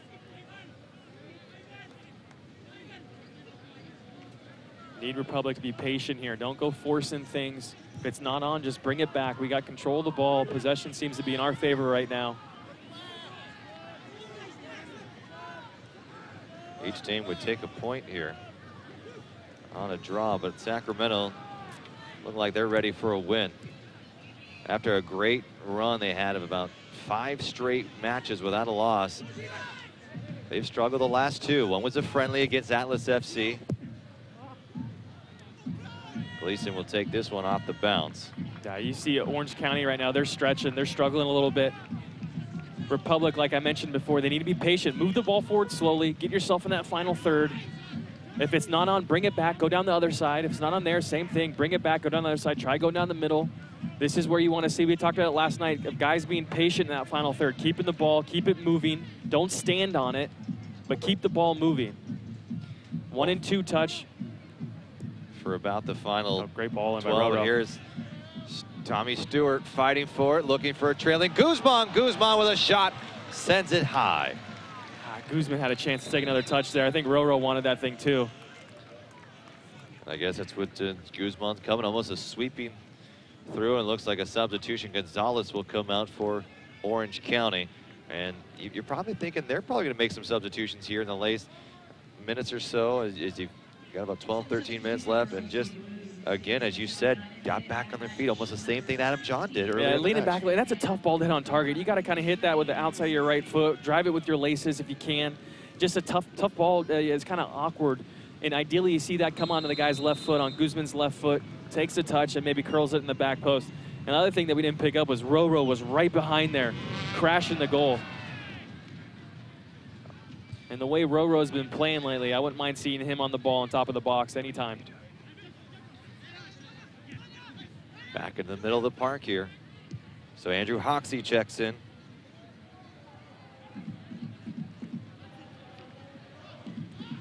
They've got some size down here. Andrew Hoxie, 6'4", played 3 years with Rochester. He was a 3rd round 2010 draft pick with San Jose, and really hasn't spent much time with the parent club. And now Orange County looking for a shot on goal, and again, Mickey Daly and Clementa all there with their eyes on it. Vukovic was back as well. And we'll go back to talking about that Republic need to be patient. It seems we got a good amount of possession going right now. But once again, you can't be complacent in the back. You got to make sure that things are your communication's right. You absolutely need to make sure you know where Russell is at all times. And when you do have that turnover, it's just, you know, I would love to see Daly start barking orders, telling guys to go step. Great ball. Stewart back to Bartlome. Stewart again. Stewart with the left foot. He'll go back to the middle. Drops it off to Bartlome with a hard angle. And Tommy Stewart just missed it. A great ball served in the middle. I think that's Roro and Tommy Thompson in the middle doing some good combination play. Gets the ball to Tommy Thompson. Tommy Thompson plays that outside. Fortunately, Bartlome's right there. Crosses the ball hard and low. Here we go. Bartlome just sends it perfectly to Stewart. Look at this. And Stewart had a tough angle. Looks like McLean might have got just a cleat on it. Yeah, I think he got enough just to push it wide. I mean, the one single cleat, Kevin. Yeah. That was very close. That'll do it in those situations. Such a fine line for error.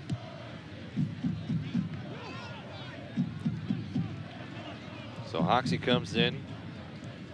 He replaces Santana. Good ball. Tommy Stewart again, taken down in the flat.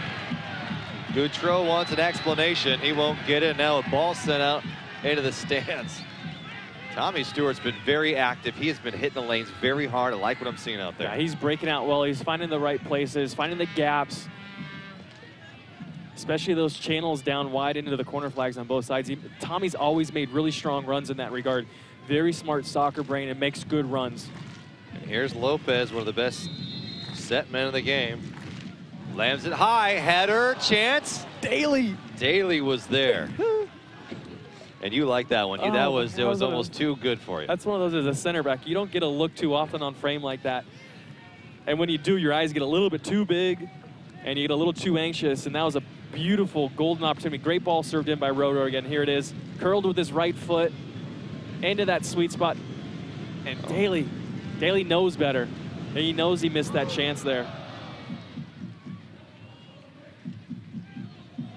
Sac Republic knocking on the door here. Can they convert? Bartolome trying to play the mistake. Runs it well, both calling for it, and you gotta like that. Bartolome. I like that. Wanted to see if he could get one from Gautreau. Suggs to throw. Yeah, look, Gautreau looks a bit winded right now. Fortunate to have that thing roll out of bounds and save the. Russell heads it forward. One thing we've seen with Russell, when Momeni was there, Momeni was leaking out a little bit, able to find his way into the box. Ever since Momeni's come out of the game, we haven't seen really much chance for them, as it's been Jacob Barron who really hasn't been able to find much space. Here's Guzman. Mirkovic playing a little too close, almost seen the spacing collapse a little bit, Kevin. I tell you what, Tommy Thompson, I love, he is a smart little player. He finds himself in these little creases, and I love him in the middle of the park. Here's Fochive trying a little tap and go to Bartolome, and back to Fochive. It won't go, and Lopez will watch it sail out of play, but now a quick throw in for the Republic, try to get things back going again. Here's Guzman working his way through a wall of blue jerseys. Daly the mark, trying to track down Hoxie, who just checked in. Hoxie's got some size as well, so they've got a couple of players, Gautreau, Russell, Hoxie, Gonzalez. These guys are over 6'3". It makes you think that, you know, if you're Republic, you got to make sure you don't concede any set pieces, because that's when we're going to start throwing guys forward and becomes a big threat. But going back to Tommy Thompson, when he tucks in the middle, he finds himself in these little seams, in these little pockets, and that's just soccer intelligence. It's one of those things you can't teach again. Here he is on the left flank, coming in on his right foot. He's working his way around the box, trying to find a gap. Looking for a teammate, pausing, Stewart, Tommy Thompson! A shot on goal, and a rebound, Stewart comes flying in, and now McLean has a few things to say, and it's getting a little bit chippy out there, and Mirkovic and Stewart, it looks like it's going a little bit much.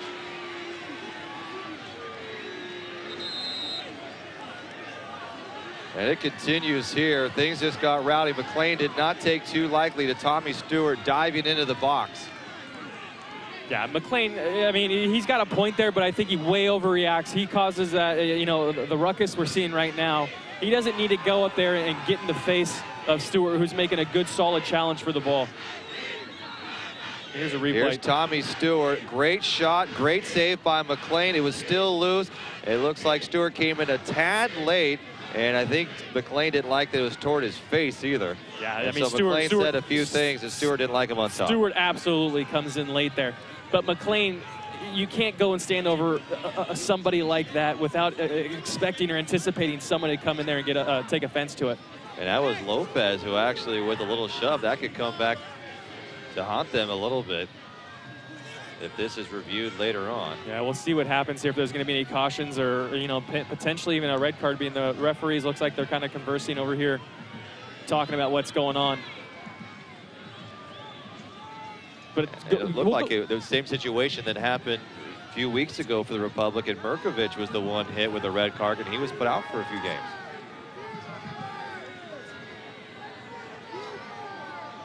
Now, this is going to add some time at the end of this match here as well. Now, even going back before our little scuffle here, seeing Tommy Thompson get the ball in the box with his quick feet, actually finds the one crease he really can, I think, to get that thing on target. Fortunately, I think McLean was positioned very, very well in that situation. Only a yellow card for Rodrigo Lopez. I think if you're Sacramento, you're going to take that. Yeah, but it's kind of, you know, referees just taking a blind call. I think he needs to show a card in that situation. But I don't know, you know, we might have seen something different than the referee, what Chavez is seeing out there. Interesting to see that Lopez is the one picking up the caution, though. Well, he came in with the shove afterward. I think that's where it was. And Tommy Stewart and McLean looks like they've settled things down. Yeah. Okai came over, and McLean gets the yellow card as well. I agree with that. You know, don't get me wrong. Stewart came in late. absolutely at fault for that, but McLean's reaction to it was just way over the top and really escalated the situation very quickly. Tommy Stewart with a good laugh, but a great chance for Sacramento to try to put one in the net there. I liked what Tommy Thompson did, and then you had Tommy Stewart right there. They were ready to shoot that gap, but a great shot, great save by McLean. Yeah, McLean, I think that's just positional goalkeeping right there. Obviously didn't need to do too much on a diving save, but he did a great job of putting himself in the necessary position to make that save. And we go back to it. You need to capitalize on these opportunities. Who knows how many more chances we're going to have here in the next 5-6 minutes as the game moves on. Well, it's got the crowd a little bit into it. So McLean and Rodrigo Lopez each hit with yellow cards. Coming in the 86th minute. Sacramento trying to feed off this energy. A good one-touch soccer there in the corner. Here's Clementa, who's played very well from that fullback position. You know, going back to Tommy Thompson here, I think the big separation you see from the USL to MLS into the international level is how quickly, oh, Tommy Stewart's in. Here's Stewart. No flag call. Here's a shot on goal. Just missed the top crossbar. No offside was there. He played it perfectly and just about 2 inches too high. You mentioned it earlier. Tommy's making great runs right now, getting in the creases, getting in the seams, getting in behind these guys. Here's a replay. You know, he doesn't miss by much here. Great shot on goal. Yeah. But and in traffic. I mean, this was not a wide open chance. Right, going back to Tommy Thompson, I think the point I'm trying to make is it's how quickly guys can think is really what separates people. It's taking one touch rather than two, moving the ball quicker, having an idea before you get the ball of what you're going to do with it. And I think, you know, in the game and a half we've seen of Tommy Thompson, I think he's got that little intangible. Here's Merkovich in the middle. And I think Roro's another guy who does that really well. They think very quickly in tight spaces. Well, Pierce, they think before they even have the ball, what the situation will be. And it's such a thing in baseball where guys are thinking of all the situations, and they got to do it much quicker here in soccer as your moment of air is less than a second. And that's the thing that really separates. People ask me all the time, what separates, you know, MLS from EPL or EPL or from the mid-level EPL to the top of the table with Manchester United? What separates those players? And its answer is real simple. It's how quickly they can think. As Roro takes a corner kick here. Here's a corner. This one is up high. Look at Tommy Thompson here, chasing it down. He's going to make it difficult. Good effort. And it'll be Orange County. But that's the simple answer. It's how quickly these guys can think under these tight spaces, tight situations. It's the one-touch soccer. It's taking the pass with your chest or with your thigh in the direction you already want to go. And guys thinking, you know, 2-3 moves ahead. Similar to what Wayne Gretzky would always say. It's not, you know, where the puck is. It's where the puck's going. And it's that sort of mentality that really separates great players. Here's Bartolome. Clementa. Back in Tommy Thompson. You know, he obviously has some family as well that maybe has been able to instill that in him very early. His brothers all play with his brother in college. Another brother at Stanford, I believe it is. His dad played for the '84 Olympic team, so clearly there is some genetic advantage that Tommy Thompson has as well. Great ball here by Sacramento. Here's Thompson, winds up, shuffles left, shuffles right, looking for a shot on goal. The rebound not there for Sacramento. Here's Guzman. He'll wind up, takes it off the face as Turner, and Sacramento had another great chance. Good look by Tommy Thompson. Ochive. Merkovich. And you can just feel that it's almost there, Kevin. 8 minutes of extra time after the scuffle. Clementa, he'll pause. Looking for a little tap over to Lopez. Lopez waiting, Lopez sending it high, nobody there, and a conceded corner kick. Good positive movement again. Tommy Thompson, we're talking about Tommy once again. We're just mentioning Thompson's name again. One-on-one, takes the defender on and puts a hard, low shot on target, which is exactly what you want to do in that situation. Fortunately, I think McLean's there, makes a pretty good save, and Guzman absolutely winds up on top of the box and blasts one off somebody's chest. We couldn't even see who it was. There was Luke Turner. A lot of activity right there. There's Rodrigo Lopez, sets it down in a hurry. Header there, and the height of the Blues takes the advantage. Tommy Thompson, once again, here's Stewart. He's way outside. Vukovic is there, and take it down by Suggs. Now we'll have a little in-swinger row on his right foot again. We talk about it before. You have your in-swingers and your out-swingers. And being on the left side and Roro's right foot, he's going to curl it into the goal as opposed to being on the right side curling away from the goal. I love these positions for right-footed players to take these set pieces. Well, when you say really the coming in and just be able to really, Tommy's done that as a freshman. His team went 26-0-1, I believe, as a Granite Bay. News as a freshman in Indiana, has a great year there. Here he is in his first real professional season, a few games in, and he's already getting after it. Here's Rodrigo Lopez. The whistle blows. Kick is high and slapped away. Guzman will track it down. He'll send it. Octavio Guzman kept it on the floor, and it skirted its way into the net, and Sacramento has taken the lead in the 92nd minute. I love it. I love seeing Guzman get on the score sheet. I think that might be the confidence this guy's needed. We talked about it earlier. He needs to come in and own it. He's had 3 shots, I think, today. One was just a few seconds ago where he absolutely blasted it off someone's chest, finds the back of the net. Here it is. Just finds right between the legs and gets it through. The Blues a little dumbfounded. The crowd here on their feet cheering for Octavio Guzman and the Sacramento Republic. And you know we got going on there, that Guzman, that is not an easy ball to bring down. You know you have 2 touches only before guys are flying out at you. And to take a good solid touch, set yourself up, way easier said than done. Those situations, your blood, your heart's beating, your adrenaline's going. And for him to calmly bring that thing down and just take a hard touch, find some wickets out of a defender coming in, probably screamed McLean a little bit. Really, really good effort there by Guzman. I love seeing him get on the score sheet tonight. 2nd goal for him for the season. And you know what? You called for it. I think he stepped up. And great play, but now Sacramento still has to play a few more minutes here. 8 extra minutes was added. It could be even a little bit longer than that here. Has a little bit more time for Orange County to try to counter.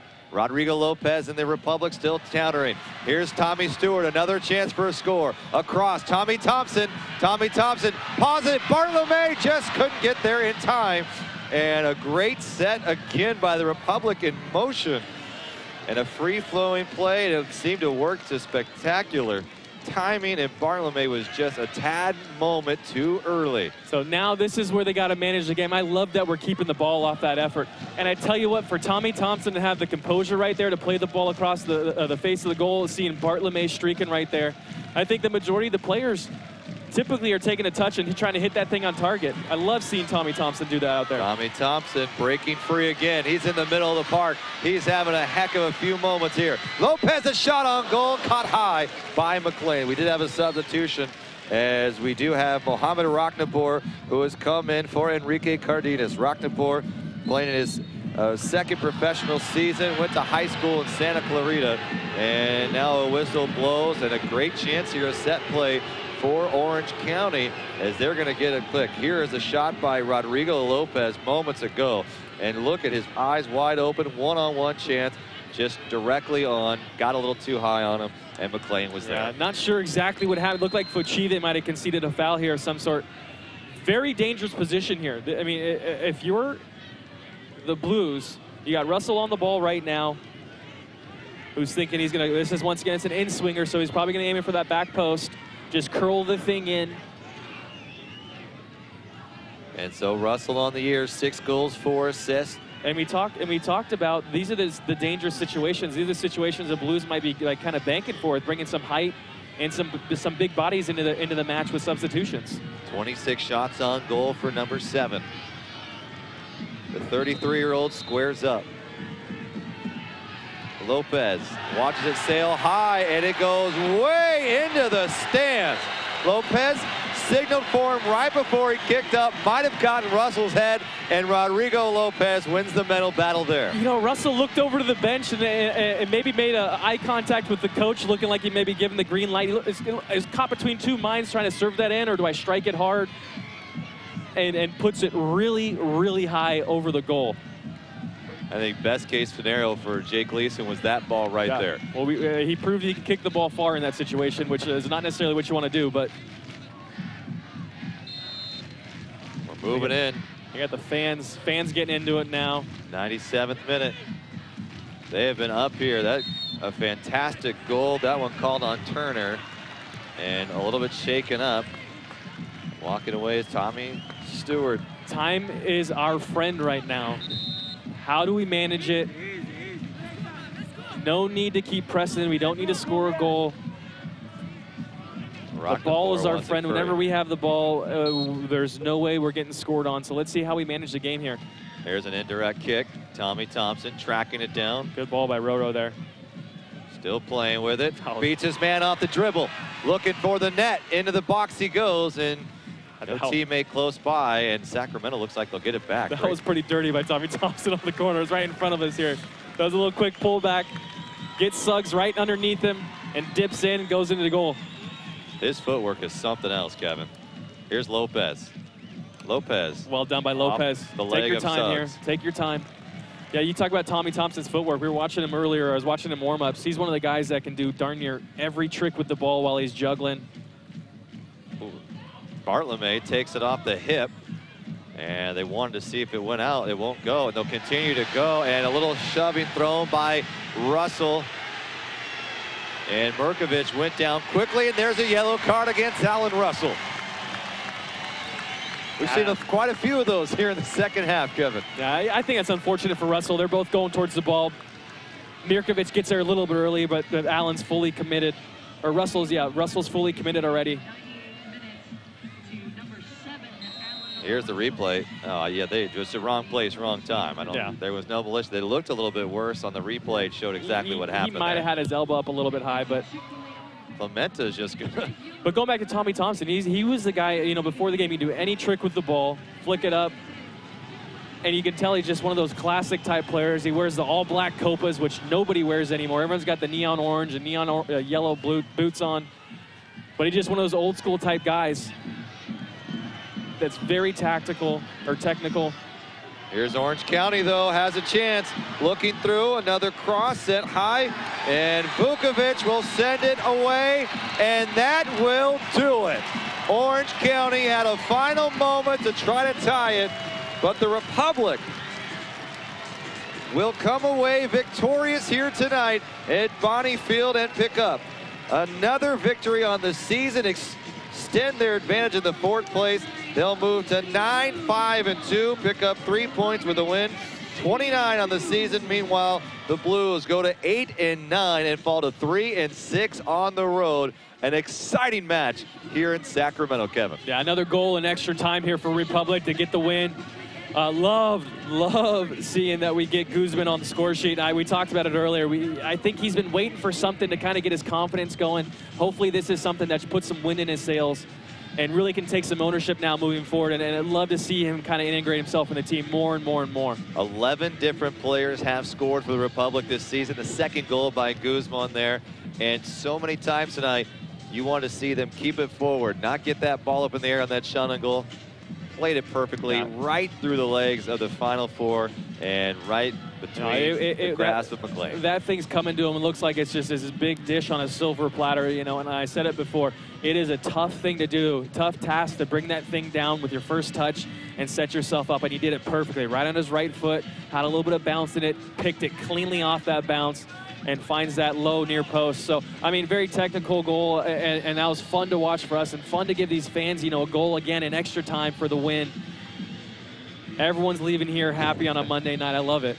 Well, don't forget every USL Pro regular season and playoff game will stream live here on YouTube 2014. Features include DVR, chat, social media interactivity as well. And if all you do is subscribe, it is free. The Sacramento Republic FC YouTube channel today. And also you can follow many of the different supporters and sponsors on Twitter as well, including Nike Soccer, Sac Republic, even Kevin Goldthwait's on Twitter these days as well. That is right. Follow me, everybody. Find me. I'm new to it, so apologies for any errors I make, but I'm working on it. We're in training. So your thought, the success, Guzman came away with the goal, but what was the deciding factor that gave the Republic the victory tonight? You know, I think the deciding factor was how the subs came in. You had Bartlome, Stewart, Tommy Thompson came in.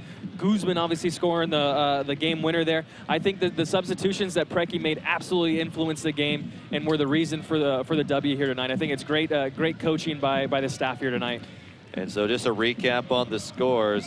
Rodrigo Lopez struck first, and the Tower Bridge Battalion is going absolutely crazy. Oh, yeah. And look at them. They've got. No one's left yet. They're still there. They're still dancing and screaming. They got the fans down there, or the players down there. That's great. And Rodrigo Lopez scored in the 32nd minute. And then, of course, the Blues come back. Gabriel Gonzalez punched it in. Bashad Momeni with the assist 3 minutes later. Tommy Thompson, Mirkovic out there as well, pumped up into the stands. That's awesome. I always love this about soccer. They go out. And, of course, Octavio Guzman with the goal.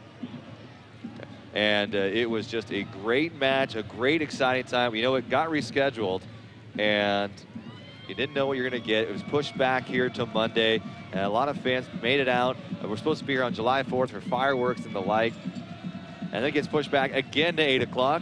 I think this was worth the wait. Absolutely worth the wait. Get the W, get the 3 points at home. Love how we're being difficult to play against here. So it's been fantastic here for the Republic to come in here tonight after these delays and get the victory. Well worth the 3 points. And a fun match indeed. But you know what, Kev? We got a little bit of a break here now. Sacramento will continue, obviously, on without us here at Bonnie Field for the next 2 matches.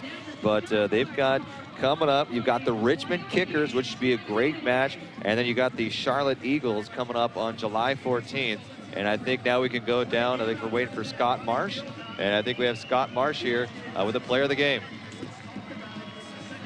A lot of pressure on them in the last 15 minutes and in the stoppage time, and it resulted in the goal. Yeah, in the second half, you know, the game opened up, as it usually does.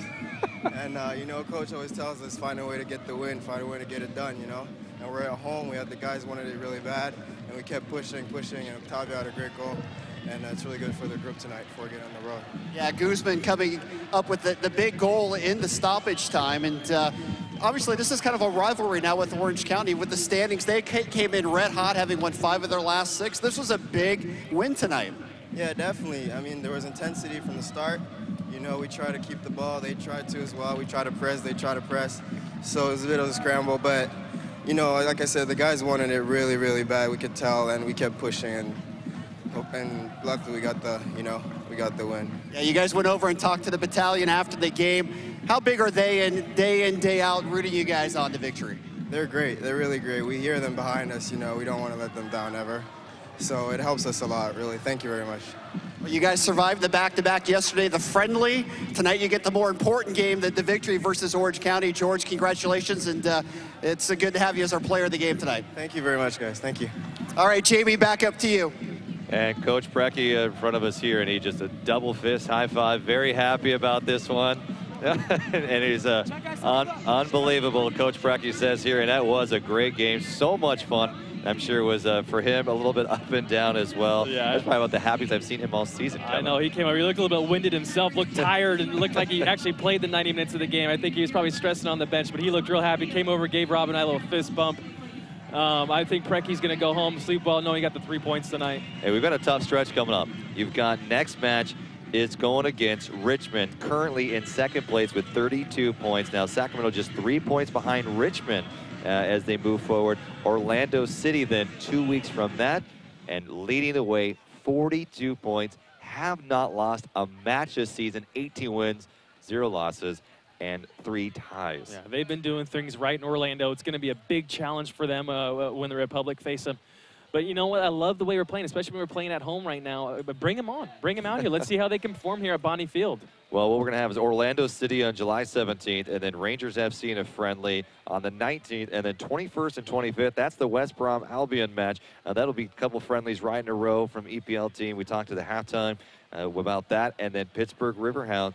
They come in on the 27th on that Sunday. So 5 matches in a row here at Bonnie Field. So if you've been wanting to come out to a match, Kevin, I would say that you could probably pick one of those and be all great games. Yeah, the last couple weeks in July are going to be filled with games, filled with fun here at Bonnie Field. We're going to get the use out of this facility, which is phenomenal. So yeah, if you're a fan of soccer, come on out, check it out, check us out over here. End of July, a lot of games to come see. All right, well, we want to thank you for tuning us in here tonight. Sacramento wins 2-1 over Orange County. They add 3 more points to their total on the season, get their 9th victory on the year. Coach Brecky's excited. The players were excited about that one as well. Dove into the stands at Tower Bridge Battalion. Great night of soccer here. Monday night, it was the big show. And guess what? I guess we all came out and played it perfectly here. Thanks for everyone for tuning in tonight. I want to thank our broadcasting partners behind the scenes. For Kevin Colthwaite, I'm Rob McAllister. Have a great night, everybody, and we'll tune you in a couple of weeks right back here on the Sacramento Republic FC YouTube page.